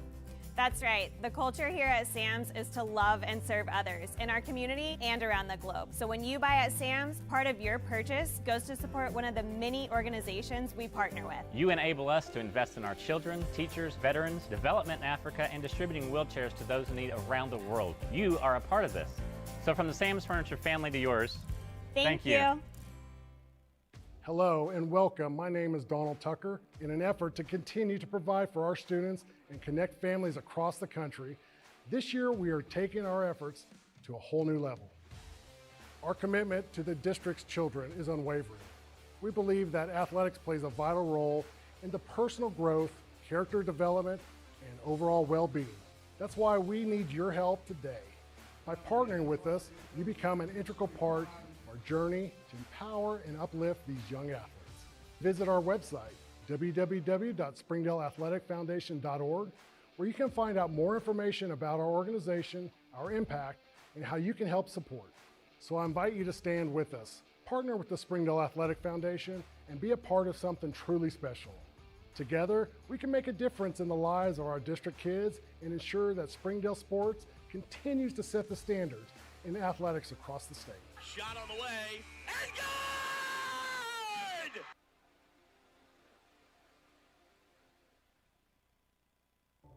Thank you for supporting the Fuel and Feet program. I'm Jared Park. Without your help, this program would not be possible. I support the Springdale Athletic Foundation because they care about our student athletes.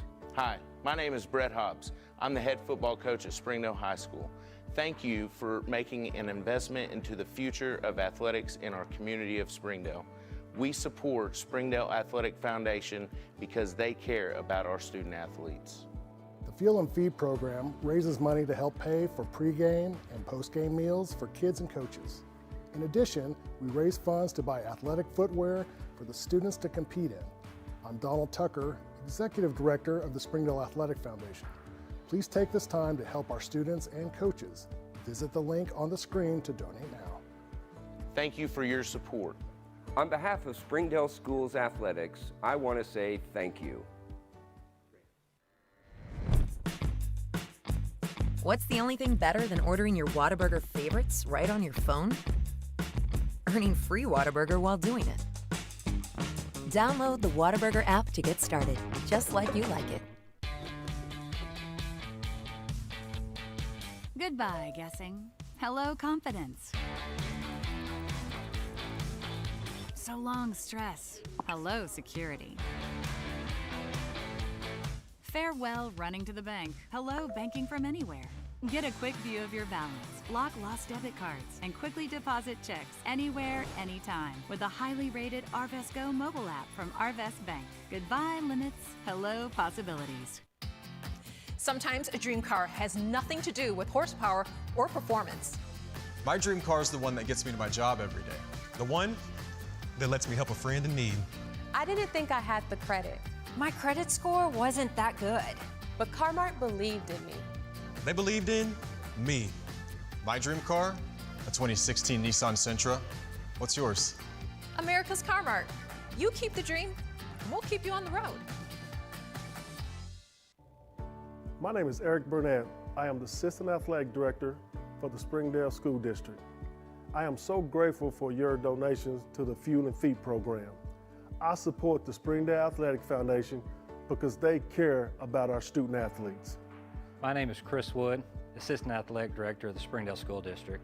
It's because of the generosity of people like you, we are able to fully support the Fuel and Feed program. For this, we thank you and appreciate your help. I support the Springdale Athletic Foundation because they care about our student athletes. The Fuel and Feed program raises money to help pay for pregame and postgame meals for kids and coaches. In addition, we raise funds to buy athletic footwear for the students to compete in. I'm Donald Tucker, Executive Director of the Springdale Athletic Foundation. Please take this time to help our students and coaches. Visit the link on the screen to donate now. Thank you for your support. On behalf of Springdale Schools Athletics, I want to say thank you.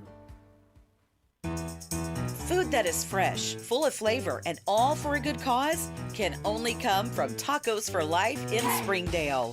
Enjoy delicious tacos for a cause. When you buy a meal, Tacos for Life donates the proceeds to provide a meal to starving children. Download the Tacos for Life app for ongoing promotions and free food for our friends right here in Springdale. Great food for a great cause. Tacos for Life, 1210 JTL Parkway in Springdale. I'm Jason Jones, principal at Springdale High School. Thank you for making an investment into the future of athletics in our community of Springdale. We support the Springdale Athletic Foundation because they care about our student athletes. Thank you for supporting the Fuel and Feet program. I am Paul Gree, principal at Harbor High School. Without your help, this program would not be possible. I support the Springdale Athletic Foundation because they care about our student athletes. The Fuel and Feed program raises money to help pay for pregame and postgame meals for kids and coaches. In addition, we raise funds to buy athletic footwear for the students to compete in. I'm Donald Tucker, Executive Director of the Springdale Athletic Foundation. Please take this time to help our students and coaches. Visit the link on the screen to donate now. Thank you for your support. On behalf of Springdale School Athletics, I want to say thank you.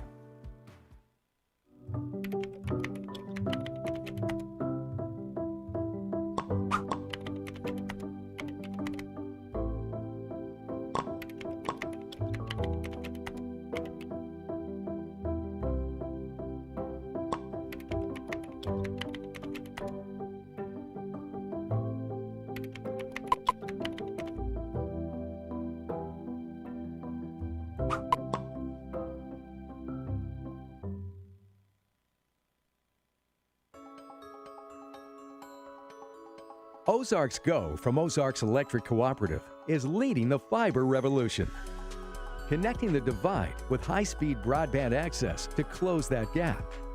From cloud to cloud, post to post, from downtown to way out of town, to connect our customers to a world of blazing speed and access to absolutely everywhere. It's our customers connected. Thank you for supporting the Fuel and Feet program. I'm Cassie Lloyd, the head volleyball coach at Harbor High School, and without your help, this program would not be possible. I support the Springdale Athletic Foundation because they care about our student athletes. My name is Brandy Davis, girls basketball coach at Central Junior High. Thank you for donating to the Fuel and Feet program. I support the Springdale Athletic Foundation because they care about our student athletes. The Fuel and Feed program raises money to help pay for pregame and postgame meals for kids and coaches.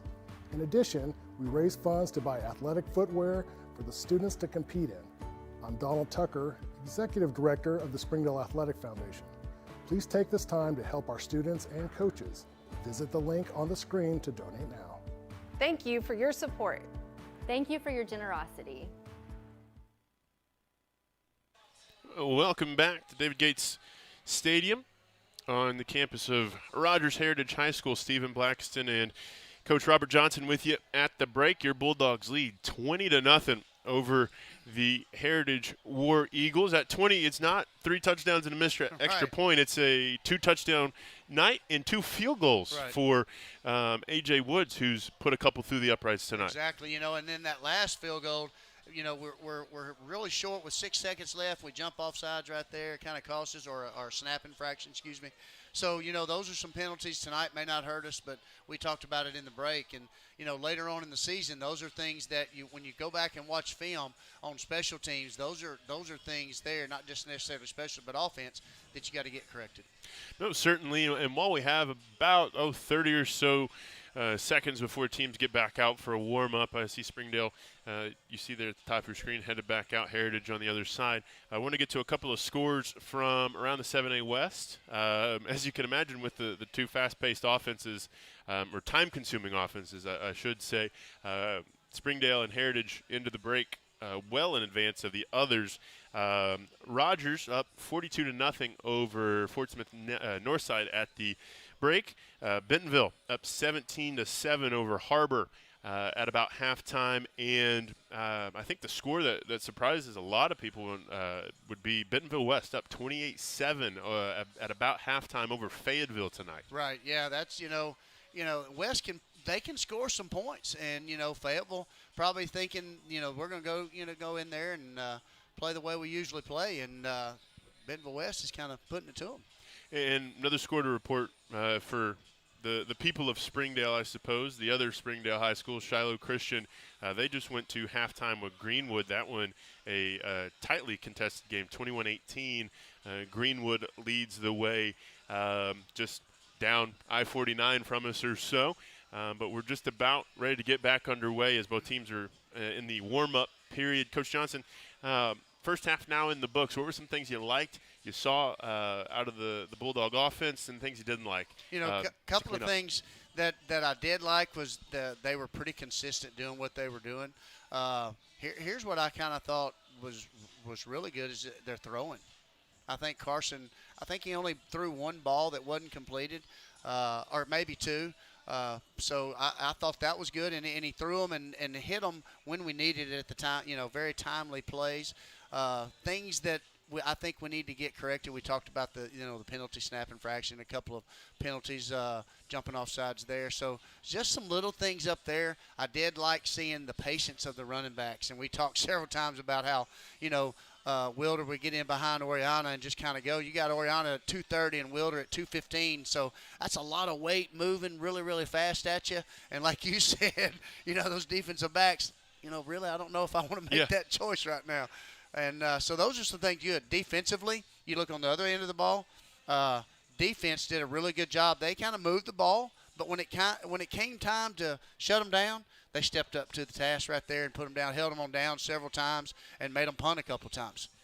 Certainly, as that defense has come to play for Springdale. They have given up 0 points so far tonight. They had the one opportunity where they were gifted a short field to square off against that Heritage offense, turned them away with a key sack and then a turnover on downs to follow that play up. So it'd be interesting to see. Of course, Springdale will get the football first to start this second half, as they've looked the part so far after coming off that loss against Bishop Kelly a couple of weeks ago. Exactly, and that was one of the things I thought, being at the game there at Bishop Kelly, it was a really hot afternoon. It was a travel game there going to Tulsa, and I just felt like we came out a little flat.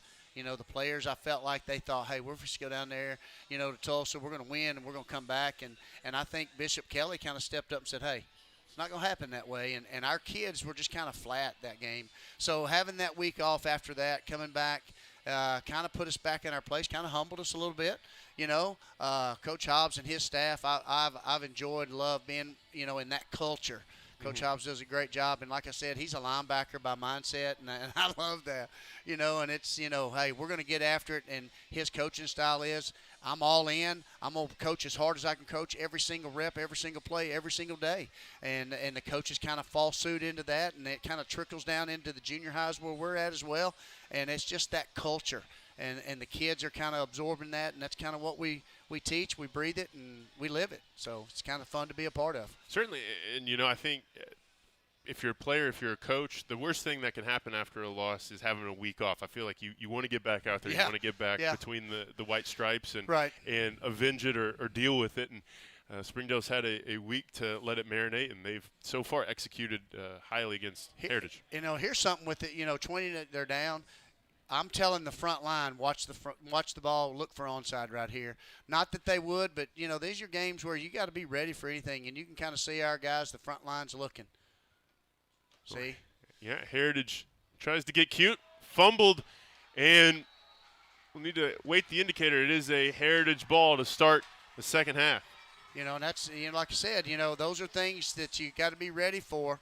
And it was one of those where he let the ball kind of hit into his chest and went right into the arms of the Heritage players. And, now our defense has got it. So it's a different mindset. You're thinking offense, we got to be ready. Now the defense has got to come right out, and we got to step up, short field right here, and let's see what we can do.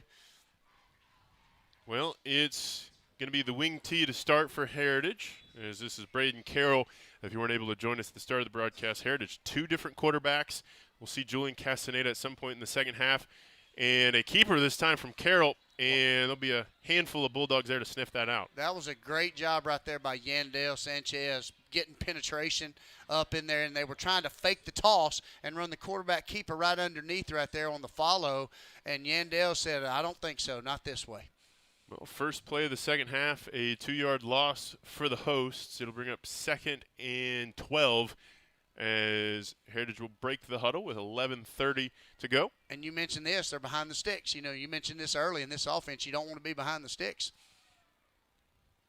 Carroll will send a man in motion, and I credit that time by Yandel. He's the far defensive player, comes and makes the tackle. We have some laundry after the play, but Yandel tracks that down and blows it up. Not very often you see that play. No, and I tell you what, Yandel was able to do that because, you know, right there you had number 12 step up and stop the penetration, and it allowed Yandel to come from that backside. You may have offsetting penalties right here. I don't know. Kind of looks like they're walking it off. Ooh, a personal foul. And there's that penalty bug again. You know, we talked about it a few times tonight. The Bulldogs are averaging 58 penalty yards a game. You know, and this is when you have them back-to-back behind the sticks and you give them 15 yards, automatic first down, short field right here. This is the best field position Heritage has had tonight. Carroll under center. Just a dive into a scrum of white jerseys that time. Well, it's like we talked about. It's kind of like a rugby scrum. There you go. You see some more flags thrown right there. And, you know, the officials are getting ready to throw, you know, a lot of laundry. You know, it's amazing to me. They come out the first half, not one flag's thrown. And, you know, they're probably doing the same thing. They come out the second half, and now you got back-to-back penalties right here. Wow, and that's 30 yards of penalties for Springdale on this possession. And the War Eagles are in the red zone for the first time tonight.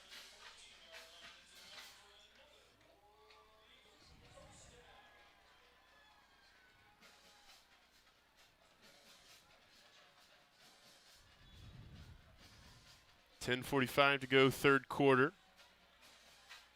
Carroll will counterplay. It's blocked well. And luckily on the back end there, Springdale able to make the tackle, but that's Cortez for the Heritage War Eagles making it 1st and goal. Yeah, you know, that's a little kid right there that's you kind of lose him, and they did a good job blocking it down there on the backside, pulling and just running that offense. Good execution on their part.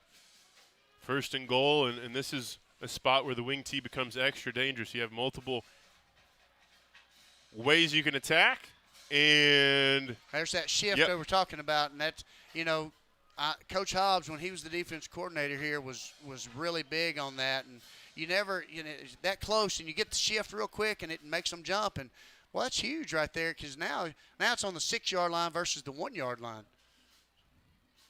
especially in this offense. I was going to say penalties also, I think so far, you know, we're just about 2 minutes into the second half, been the story of the second half. A penalty, 30 yards worth of penalties to get Heritage down to where they are now, and then a penalty makes this a little bit of a longer 1st and goal for the War Eagles.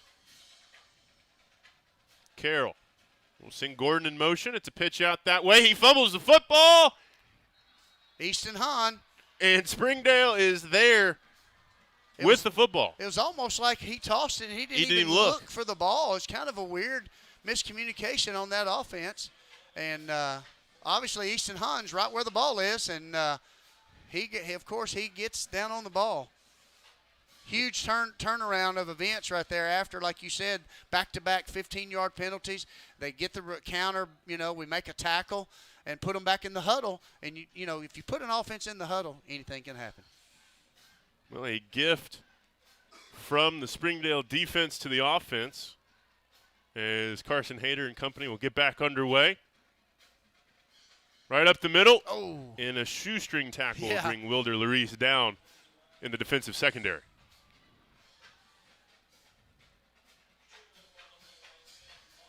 Brings up second and short, so playbook is wide open for the Bulldogs at this juncture.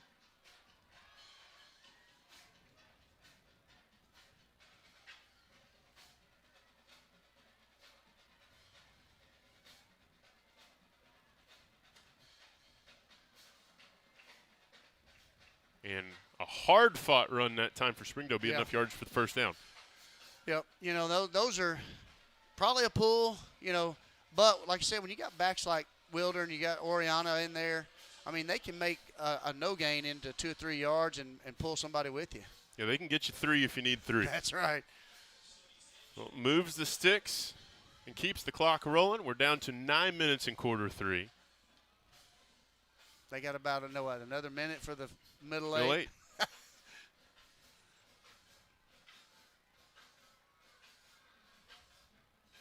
Hayter surveys the defense. This time pulls, pitches. And Springdale has numbers to the far side, across the 40, across midfield, and knocked out of bounds. Wilder Larice breaks off an explosive run. Remember I was talking about earlier how the blocking out of the receivers is long, so it comes down to the back just reading the blocks, and you could tell that's exactly what he was doing. They'd step in, and the receivers would go, and the receivers did a great job just staying with their blocks and letting the back play off of it. Great job. The Bulldogs marching on across midfield for the first time in the second half.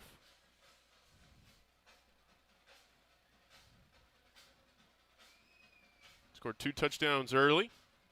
Larice in motion. It's going to be handoff for Oriana, and Oriana moving the pile himself.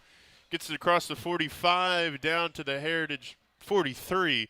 And again, a second and short on the way. Yeah, 2nd and 4 is a little bit of a better play call every time. You bet.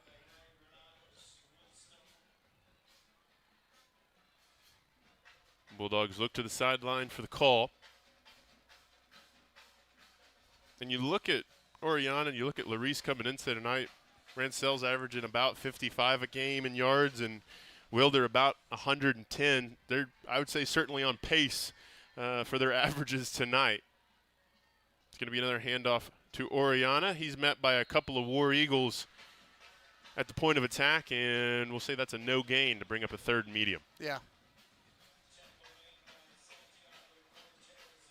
And that's one of the few times tonight Heritage has been able to set that point of attack. Yeah, I was going to say that's probably one of the first times tonight that they've actually set that play up for either a no gain and possibly a loss right there.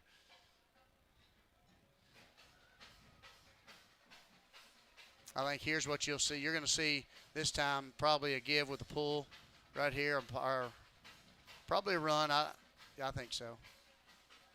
Certainly this down and distance, you have the option of both.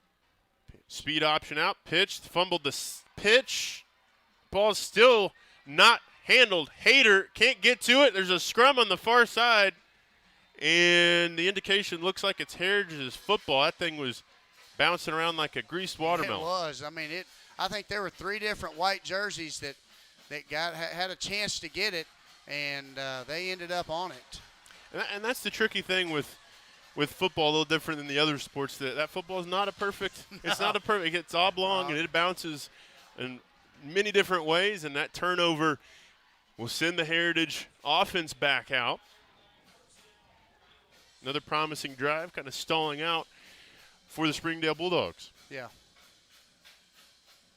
You know, again, this is where the defense is going to have to step up and take the lead right here and get the ball back. You know, whether it's turnover on downs or making a punt. Well, Heritage looks like they're going to send Carroll back out. This is the first time he's, I think, come out for consecutive drives. They think they might have found something with the wing T. Gordon in motion. Dive up the middle, and that's going nowhere fast. I think that would have been Yandel again. I think the first point of contact right there. And then contact coming off the edge out there as a linebacker as well. Yeah, the push from the Springdale defensive line so far in this third quarter has been the biggest storyline, I think, besides the penalties. Yes, 100%. You know, with the penetration, like I said, in that offense, you want penetration, and that's what you got to have. Well, 2nd, and we'll give them 10 right at about midfield. A hair over into the Springdale side of things. And a sack for the Bulldogs. Big moment. I'm not sure if there was a miscommunication there, if the backs went, the quarterback. It was a weird operation as Yandel was basically waiting there to give him a hug. Exactly, and the quarterback, there wasn't anybody there. I don't know if he went the wrong way or the backs went the wrong way. It was kind of weird. Somebody went the wrong way. Yeah, I think there was probably some miscommunication there. So. And this brings up a 3rd and long, and it's interesting to see the change. You'll see now into the game at quarterback is Castaneda. We'll go to the shotgun look. 3 receivers far side, 1 near side. 3rd and 15. Castaneda looking to throw. Out of the pocket, keeping his eyes downfield. Slings one, picked off! Raxon Retcham. And Retcham with the interception. We'll have a flag behind the play. Hopefully nothing too severe. It does look like Castaneda was picking himself off the ground, so that could be an indication. It's going to be after the tackle. So it's going to be our ball. It's going to be dead ball, personal foul, back 15. Again, that's 3 this half.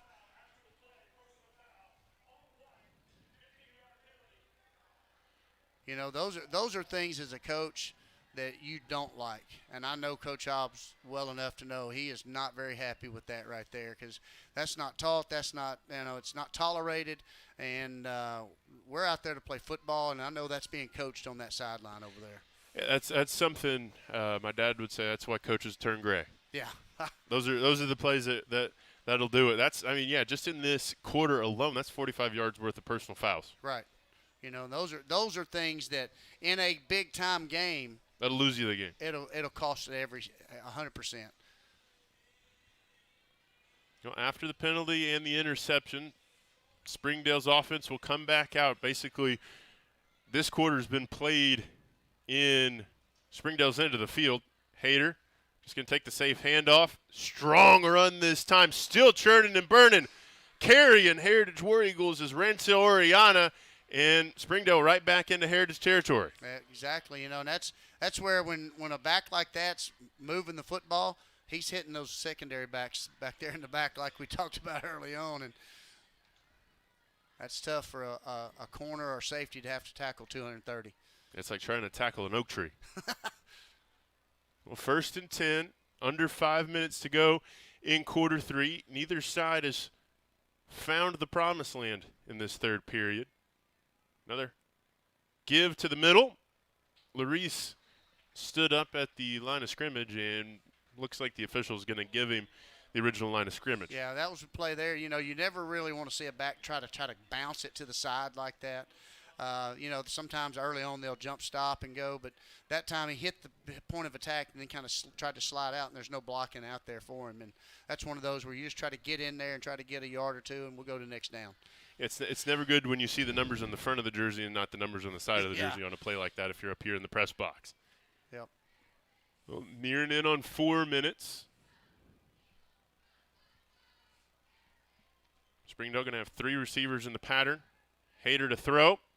And complete in through a couple of hands, enough for a first down and into the red zone. This time is Orion Leatu. Nice throw, nice catch. That one just right over the secondary. I was going to say, when you got a receiver that's 6'6" and he throws it high like that you can see the defender come underneath that to try to pick it, but it was just high enough to where when you're 6'5" like he is, he's going to catch the ball. Well, first red zone opportunity of the night in the second half for Springdale. Nearing in on 3.5 minutes.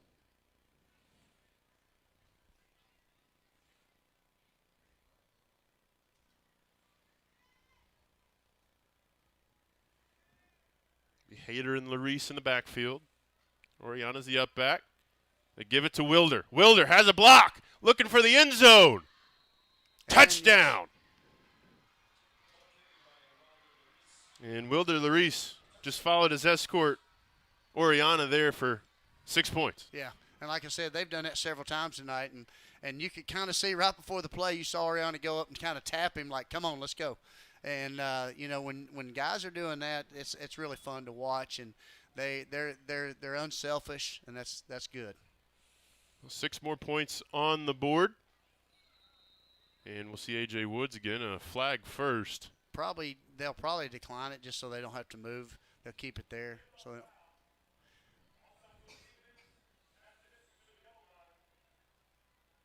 interesting. They move it from the 3 to the 1.5. Yeah, just moves everything up. It makes it a little different look. He's going to keep it still on the line. See, the kickers are kind of superstitious, yeah. you know. They're creatures of habit. Yeah. Kick up. And that sails through the uprights, makes it a 27-0 advantage for the Bulldogs. We'll take a quick break. You're watching Springdale Athletic Foundation TV. More when we return.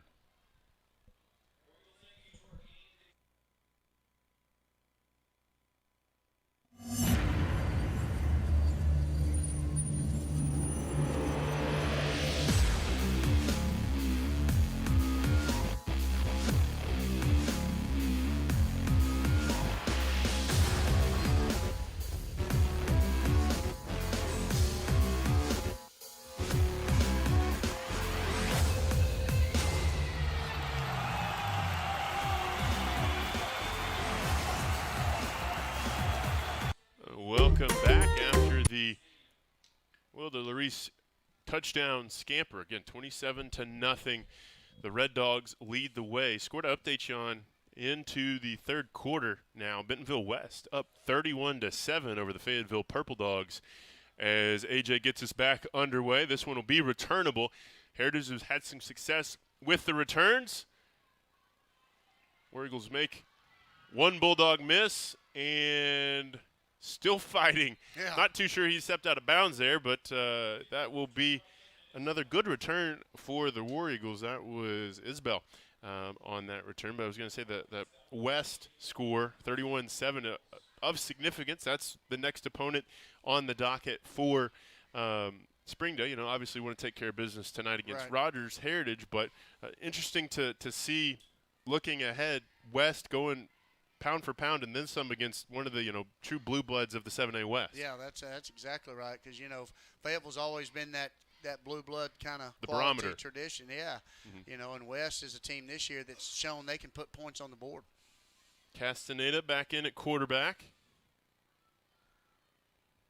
Pin and pull right there, yeah.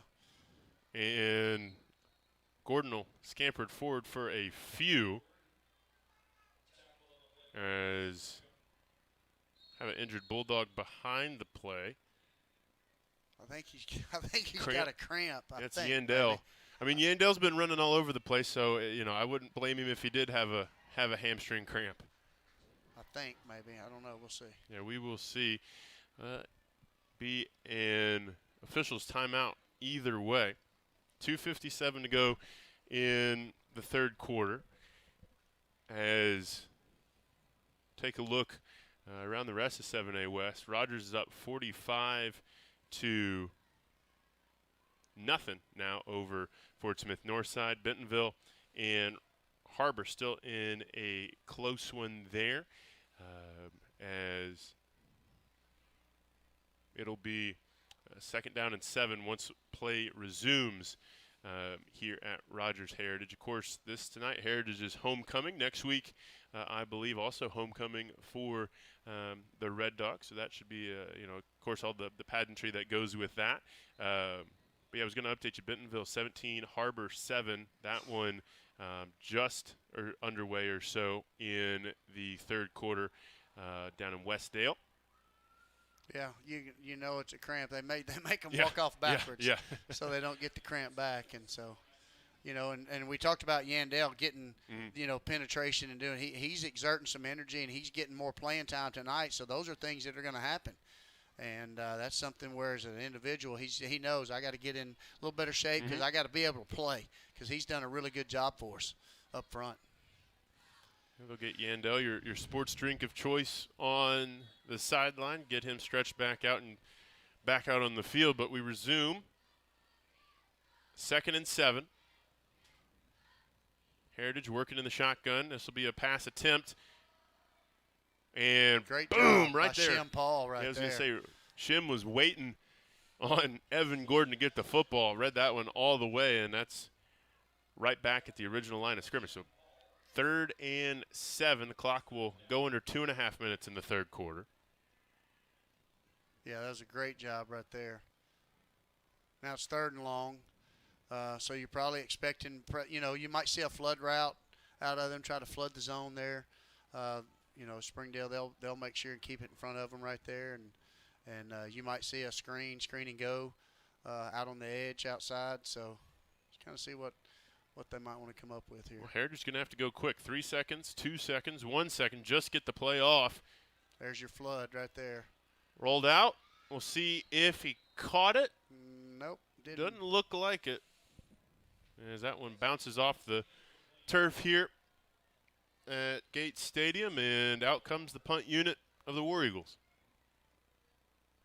Good job by the defense right there. Yeah, we've seen tonight, I think the defense, when it plays within itself, it is quite formidable, or at least more than Rogers Heritage can handle at times. Yeah, this is one. We know that the punter's done a really good job. I'm not so sure you don't back the returner up a little bit and just make sure he – there we go. And good starting field position for the next drive for the Red Dogs. Yeah, that was good return by Jacoby Mason right there. Good job. Mason on that return. It'll be 1st and 10 from the Springdale 45. And here's the thing: as a punt returner, you want to just make sure to get the catch, so it doesn't hit and roll and give them, extra yards there. So, offensively, right here with 1:46, you just want to run the football, maintain the possession, and just kind of sustain your drive and move it down the field, put another one in. It's been the bread and butter so far tonight for Springdale. Hayter with a couple of backs. And right up the gut once more for Rancel Oriana. He'll be near the first down marker. Let's see if they signal. Going to be 2nd down and inches as he gets it across into Heritage territory once more. It's not bad when you're picking up 9 yards or so on first down. Exactly. That's being efficient. Option look that time. Hayter going to lose a yard.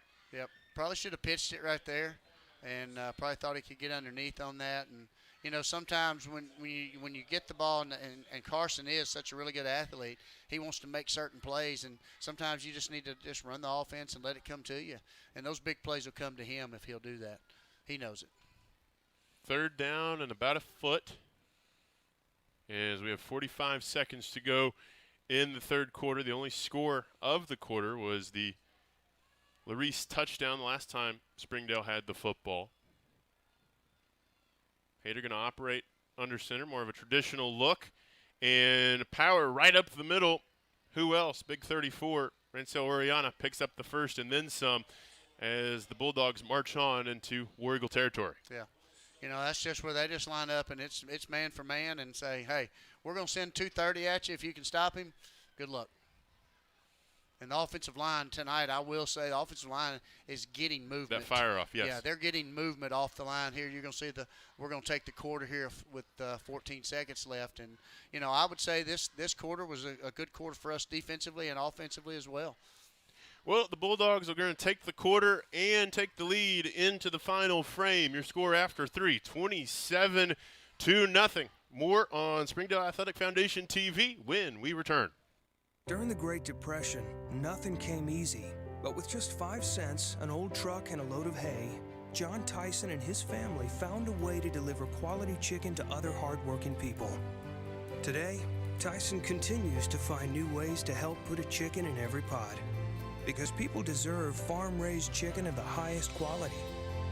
At Tyson, we remain committed to this simple promise: to always keep it real, to always keep it Tyson. Welcome back as both teams are ready for the final 12 minutes. And Coach Johnson, we were talking about it during the break. Heritage had the football at the one going in. Exactly. And just for one reason or another, that's kind of, I think, been the story for the War Eagles the last couple of years. Just not able to seal that deal. That's right. A quick shift here on the defense backs them up, and then out of the quarter break. Just going to be a handoff to Larice, and he'll stumble forward for a couple. Yep.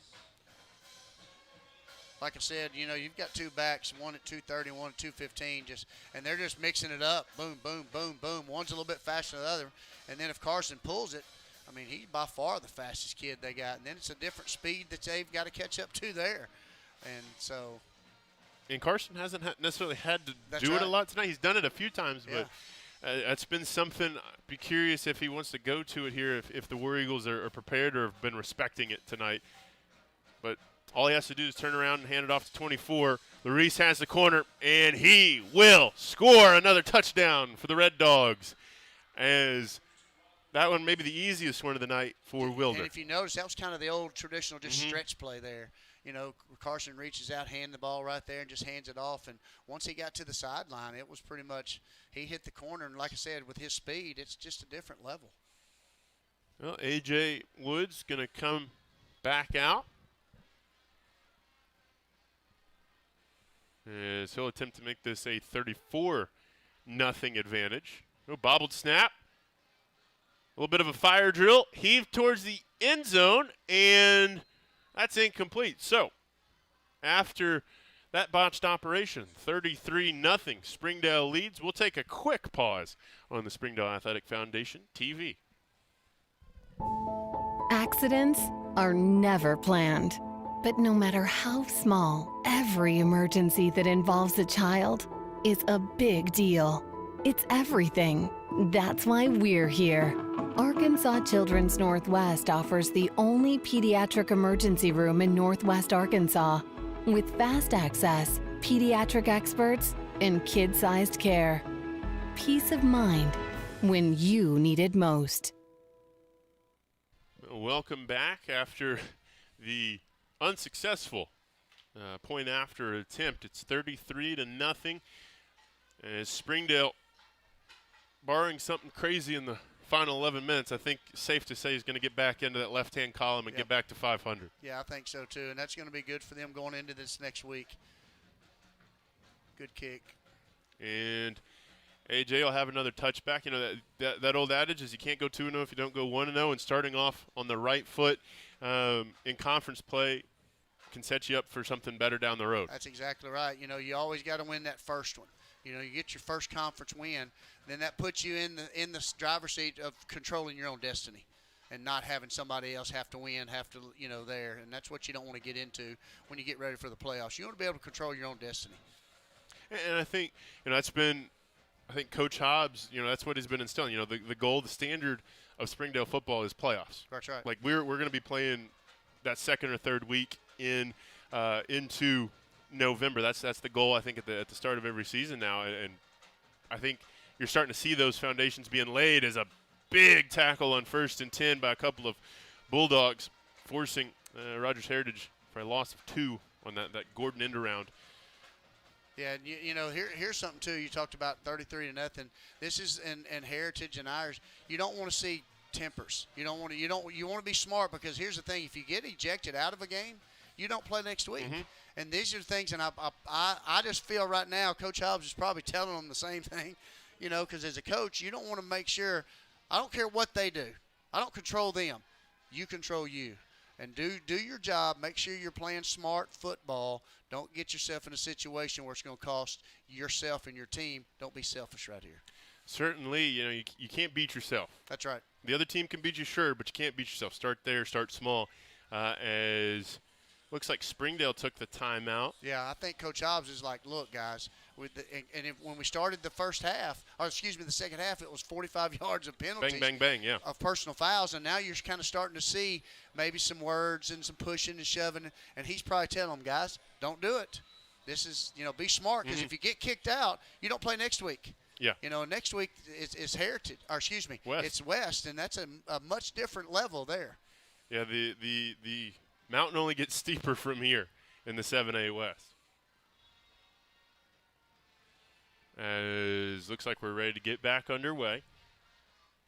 Castaneda back in at quarterback for the War Eagles. Just a quarterback run to the near side.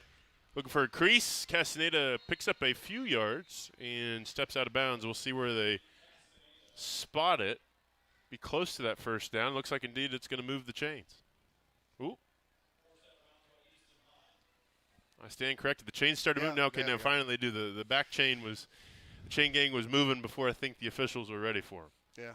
You know, right there, you need to see Castaneda. You saw kind of the pin. They pin that first guy inside and pull the backside guards, kind of a pin and pull. It's kind of what they call that. And good play there, designed for them, and good execution on their part to get the first down.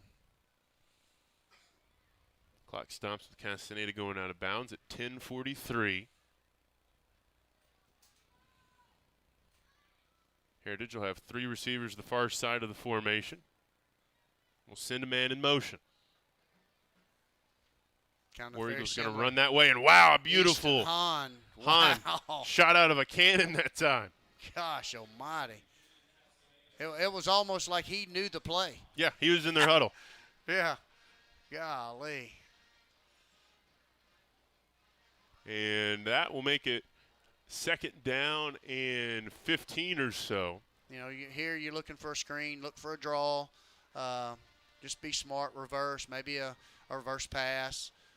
You know, and two, as the clock's running, you're looking at maybe starting to putting some kids in that can get you some reps later on. And just they need these kind of reps. You know, they need Friday night reps. No, certainly when you have a young team, the game experience will help because you never know when your number will get called. Castaneda going to drop back. Over the middle, tipped, and that'll fall harmlessly to the turf. I think if Hahn didn't tip that, I think you had an interception. I think from Rexon was looking for that one, yeah. He's probably telling Hahn, come on, man. Yeah. Either way, it'll bring up a 3rd and long. And the clock will stop at 9:51 to go in this one. It only had 2 scores in this second half. A couple of Larice touchdowns. Castaneda surveying his offense. He'll send Gordon, his backfield mate, to the far side. Castaneda going to sling one out there to the boundary, and I think that will be a free first down for the Heritage War Eagles. Yeah, you know, if he just stays there. Of course, he turned his back, and he never kind of turned and looked back, and that receiver kind of slowed down and got him a flag called. We'll see where it goes. And that'll extend the drive for Heritage. I'm not sure it'll be a first down, though. Let's see where it was. No. Yeah, it's not an automatic first down. No. Puts it right inside. No, they're going to. Oh, yeah, they're going to move the chains. Okay. Oh. I didn't think it was. I don't think they should. Yeah, you have the near official. He's walking out. Yeah, I don't think it should have been. They shouldn't have moved the chain. It should be like 3rd and 1. I think it's actually where it should be. Coach Hobbs is going to talk to the officials as well and lobby his case. Yeah, this official on their sideline immediately blew the whistle. There, the chains are going back now, so you can see. I think it's going to be 3rd down. It's going to be short, but it's. I want to say it's 1. They need to move the. Yeah, there it is, 3rd and 1 right there. I was going to say this has been probably the longest stoppage of the night. I know. With these 2 offenses, it's been this. All right, 3rd and 1. 3 receivers, 1 tight end for the War Eagles, 1 tailback as well, and Julian Castaneda in at QB. Blitz going to come. Castaneda able to avoid the first couple of defenders, gets the pass off, and that's as far. Oh, he called his knee down right there. Yeah, Isbell dropped the knee on the catch. He sure did. And Castaneda on the back end of that play wore one. He is needing some assistance to get to his feet. And it'll bring up a 4th down and a loss of yardage for the War Eagles and be another punt for Heritage. Yep. You know, and really not a bad little play design right there because that's kind of what they've run off of that. You know, and he just kind of ran the play action off of it. And then they had another option with the quarterback to throw there at the screen outside of that and just put his knee down. Well, Springdale doesn't even have anybody back to return this. They don't necessarily need to. Play that safe. Once again, gets a good Heritage roll there. Yeah, going to be spotted dead at the Springdale 21. And the Bulldogs will have the ball back with about 9 minutes to go in this one, and about 9 minutes away from improving to 1-0 in conference play. Yeah, again, the punter flips the field. Good job there by him, just being able to flip the field.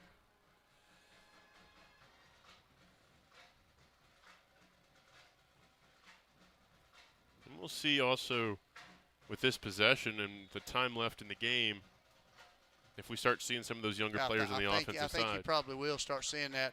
I think they'll probably want to get the ball down the field a little bit, kind of get it out where they can get some more field to use. But I think that's what you're going to start seeing. Yeah, call off the proverbial dogs. Well, there you got a different quarterback now. Yeah, that is Chandler Moore. Yeah. In at QB for Springdale. And this drive's off to an inauspicious start. Yeah, you got a new quarterback, a new cadence, new sound, and starts with a penalty right there. And those are the kind of things you don't want to have. Correct. 1st and 15.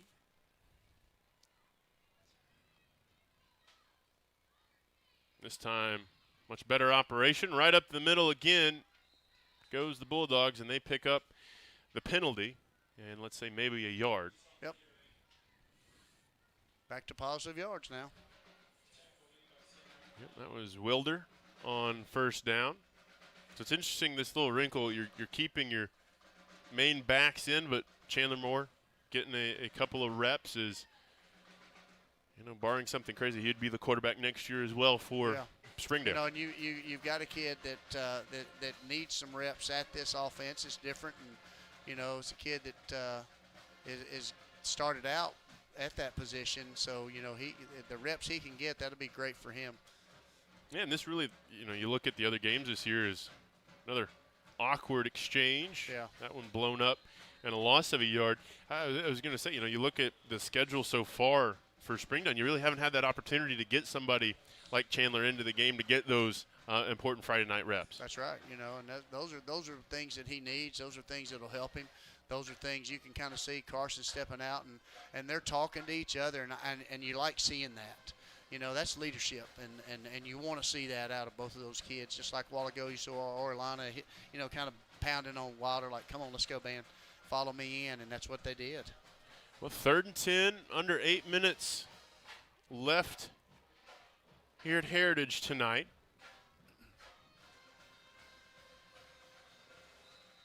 And a flag going to come in. I think this could be a delay, as the play clock did have a 0 on it. Yep. And these are things, like you talked about, learning opportunities for Chandler. Yeah, those are things. You got your clocks at each end, and those are things as managers of the game, those are things he's got to make sure he does. 3rd and 15 after the penalty. The clock does run, so going to be an extra handful of seconds the Springdale offense can burn. We'll go under 7.5 to go tonight.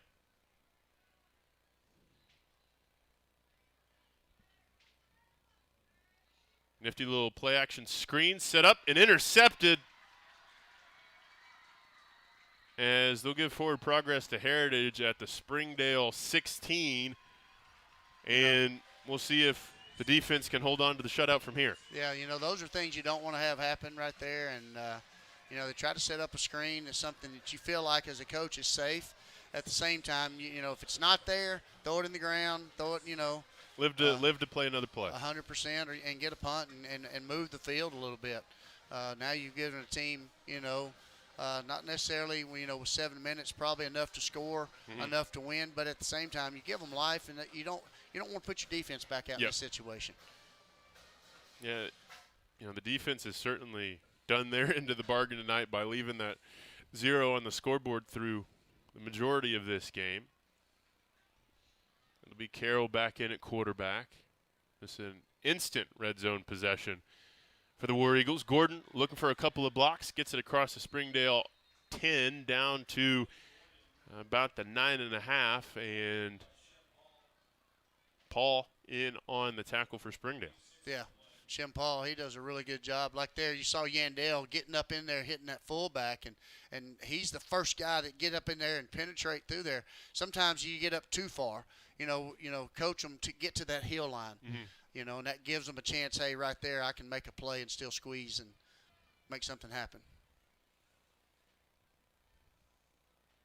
Carroll going to send Gordon in motion, quick pitch. Gordon trying to cut it back inside, right into the heart of the Springdale defense. He'll be close to a first down. Don't think it's quite enough distance. It doesn't look like it. So 3rd and 1 from the Springdale 8. Yeah, this is definitely 2-down territory for them for sure. This is a spot where you need someone like a Sam Robinson coming crashing down from his linebacker position. That's right.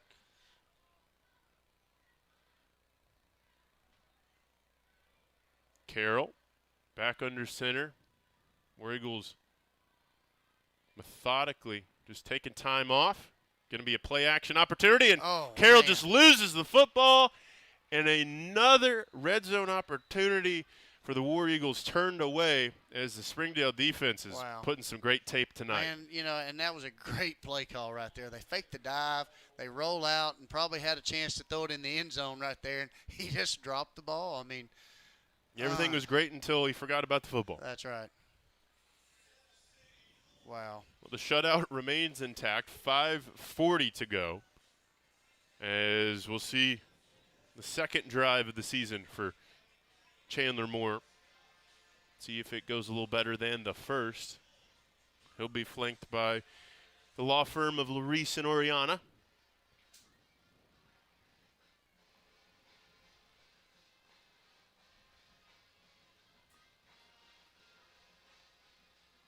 And a pitch. Good pitch that time, and a better run from Wilder Larice. Picks up enough for the first down. And keeps the sticks a-moving.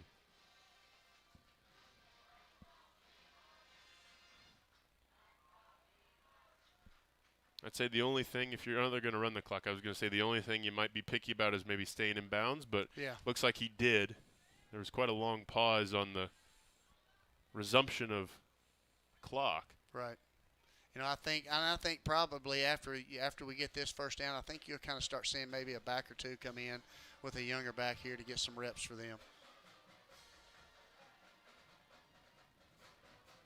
I think Chandler's not going to snap this till it says 5-0-0. 5, yeah. And there it is. Handoff up the middle, Oriana. And they'll say he got back to the line of scrimmage. And speaking of Sam Robinson, want to give him a shout out. Has a birthday coming up, I believe, next week. There you go. Oh, Sam, it's been a few years since he's played, but 10 years. Yeah. I think he graduated 2016 with me, so yeah, next year's the 10-year reunion for him. There you go. And I know he's listening with his dad, so shout out to them. Yeah, Robinsons are good people. Awesome. Springdale proud. Yep. Miss Cindy, of course, teaching at the high school as well. That'll be 2nd and 10.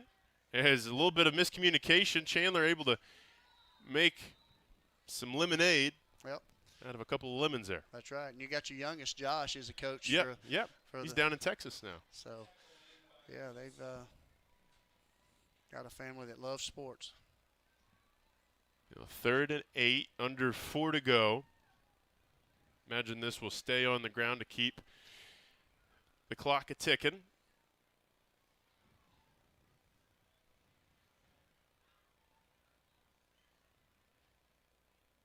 And Chandler Moore in no hurry. Oh, a strong run. This will be close to the first down, about a yard short, right at the Springdale 40 for Moriana. And I think you keep them out and go. I think you do too. Yeah, you can just close the game out. Yeah, and I think they're probably Oh, interesting. I mean, to be fair, Springdale has not punted tonight, so maybe just to get the rep in practice, punt protection, punt return. Is A.J. Woods done a little bit of everything tonight. Going to go home with a couple of field goals.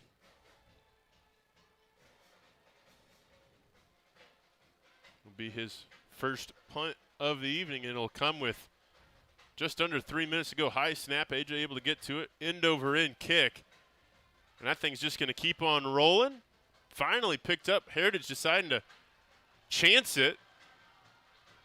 And I would say it's net neutral, I suppose. Yeah, kind of got it back kind of where it was. Saving them a few yards, and probably not the play I would have wanted. Yeah. But, you know, he made some positive out of it, so good for him. Good for him. 2:30 left here in Rogers at David Gates Stadium. Again, looks like for all intents and purposes, Springdale going to improve to 1-0 in the 7A West, get back to 500 as Castaneda will come back in at quarterback. Just going to be a simple handoff to Evan Gordon. Gordon has gotten some – he's been able to get some decent runs tonight, Right. but the second half of the defense you can really see for Springdale's really clamped him down. And you can see certain people in on defense now. You get some younger kids out there now, still with some starters out there as well. Not a wholesale, but you've got some guys in there getting some reps, and this is good for them. They need those reps like we talked about earlier. Now you can see Shim coming out and another kid getting a chance and an opportunity to prove what he can do. Yeah, it's definitely one of those opportunities. It helps with program building. These guys are getting some reps on a Friday night.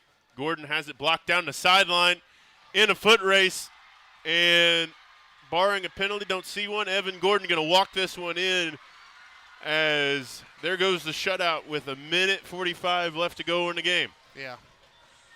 You know, you want to get those guys in, and those are things right here that as you go down, and Coach Chick's going to talk to them about that. Look, you're in to make plays and make sure you do your job, and right there, those are some plays right there. They got to come back and do their job, especially if they're the backup. They got to be able to handle that kind of situation. And you know, with that opportunity, it at least allows that mistake to be on tape. That's something that they can be coached on and learn from as we wait the extra point for Heritage. That one up and good. That was Ronald Vizette on the extra point. Let's take a quick break with 1:44 to go here at Rogers Heritage. Springdale leads 33-7.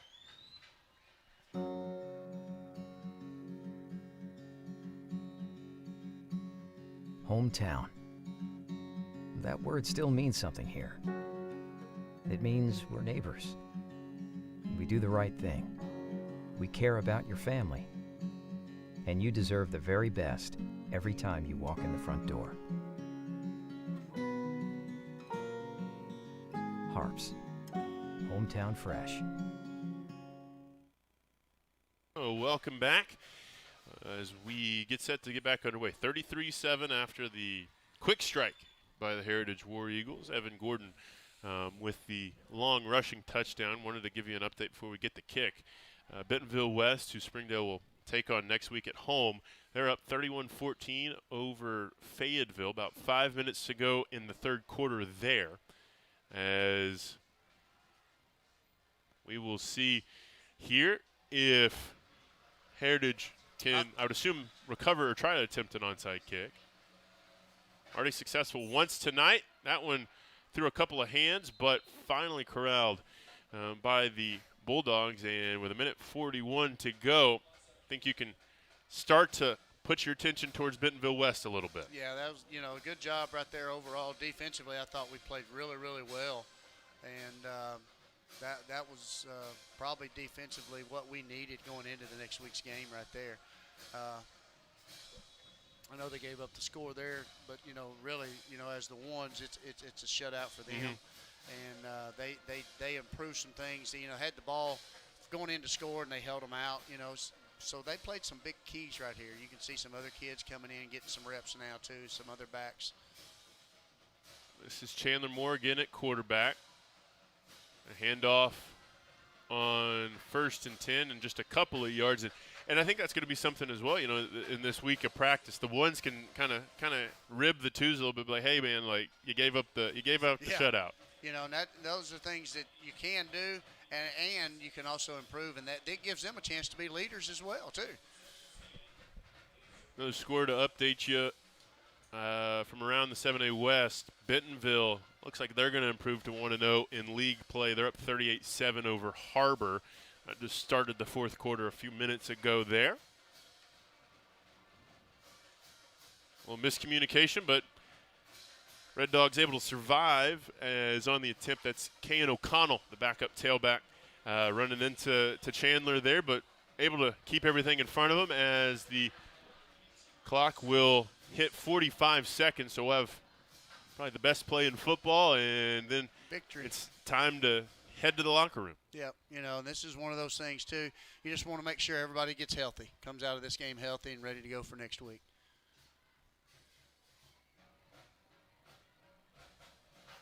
25 seconds on the game clock. 20 seconds now. 5 on the play. Moore just going to hand off to O'Connell. O'Connell has the first down on what will be the final play of the game, as Springdale wins on the road to start conference play, get back to 500, and more importantly, 1-0 in the 7A West. Your final from Rogers Heritage tonight, 33-7. The Red Dogs roll. Coach Johnson, just final thoughts as Springdale goes on to Bentonville West next week. Some things that you like, some things you think Red Dogs need to clean up before that competition comes to town. Number one, coming in the second half, the unsportsmanlike penalties, those are definitely got to be cleaned up. And that'll be the first thing Coach Hobbs is going to talk about, I promise you. Overall, defensively, I like the attack. I like the movement of the defense. And I mean, they were just flying around the ball. You saw people giving everything they got on the field, and that was good to see. So those are some things that are really positive going into next week. Offensively, I think you saw consistency out of the offense. You saw them line up. You saw them sustain drives. And it wasn't big play drives. They got in the huddle. They sustained drives. The quarterback, Carson, did a great job just managing the game. The running backs got together and said, hey, we're going to do this together. We play as a team. And then the guys up front, the linemen, what a great job by them just to step up and say, hey, we're going to lead the way. We're going to make sure everybody's in this. And that's what you saw. Special teams, I think you saw some things there too that helped out too. So I think it was kind of a total package, and that's what you want to see going into next week. Coming into next week, you got homecoming, distractions, and you're playing a team that has already proven, and you saw by the score tonight, or you're seeing by the score tonight, they can put up some points. So defensively, we're going to have to be ready for those kind of things. It's probably going to be a fast moving offense, and our defense is going to be able to have to line up, communicate really, really well, put pressure where they need to put pressure, and just play much, much better and sound on the back end. Yeah, no, certainly. I think tonight you can say this is the first time we've seen Springdale play some complimentary football. Right. The offense has carried the same amount of water the defense has. Of course, there's things that you can clean up, and I think that's the beautiful thing of the game is there's mistakes, but when you can win and learn from those mistakes, that's way better than losing. A lot easier to correct with a W, 100%. Certainly. Well, before we get out of here, just want to update you on a couple scores from the 7A West as we're in conference play, and these games will matter as the season winds down. Bentonville up, like I said, 38-7. That early goings of the fourth quarter looks like Bentonville going to improve to 1-0, Harbor to 0-1. Rogers and Northside Fort Smith, believe that game's gone final. That's a 52-12 burger for the Mounties. So half of Rogers are victorious tonight. And to update you on the Bentonville West Fayetteville game, I believe at last check that was a decently one-sided affair as well, a 14-point game in favor of West. So looks like a couple of 1-0 teams going to be headed to Gerald Williams Bulldog Stadium next week. And one other score to keep a note on, 28-14, Greenwood leads the Shiloh Christian Saints. So we'll end it with that. Until next time, he's been Coach Robert Johnson. I've been Stephen Blackson. Zach Arns will be back next week as Bentonville West comes to town with a battle of 1-0 teams. Everyone have a safe and sound night, and go Red Dogs.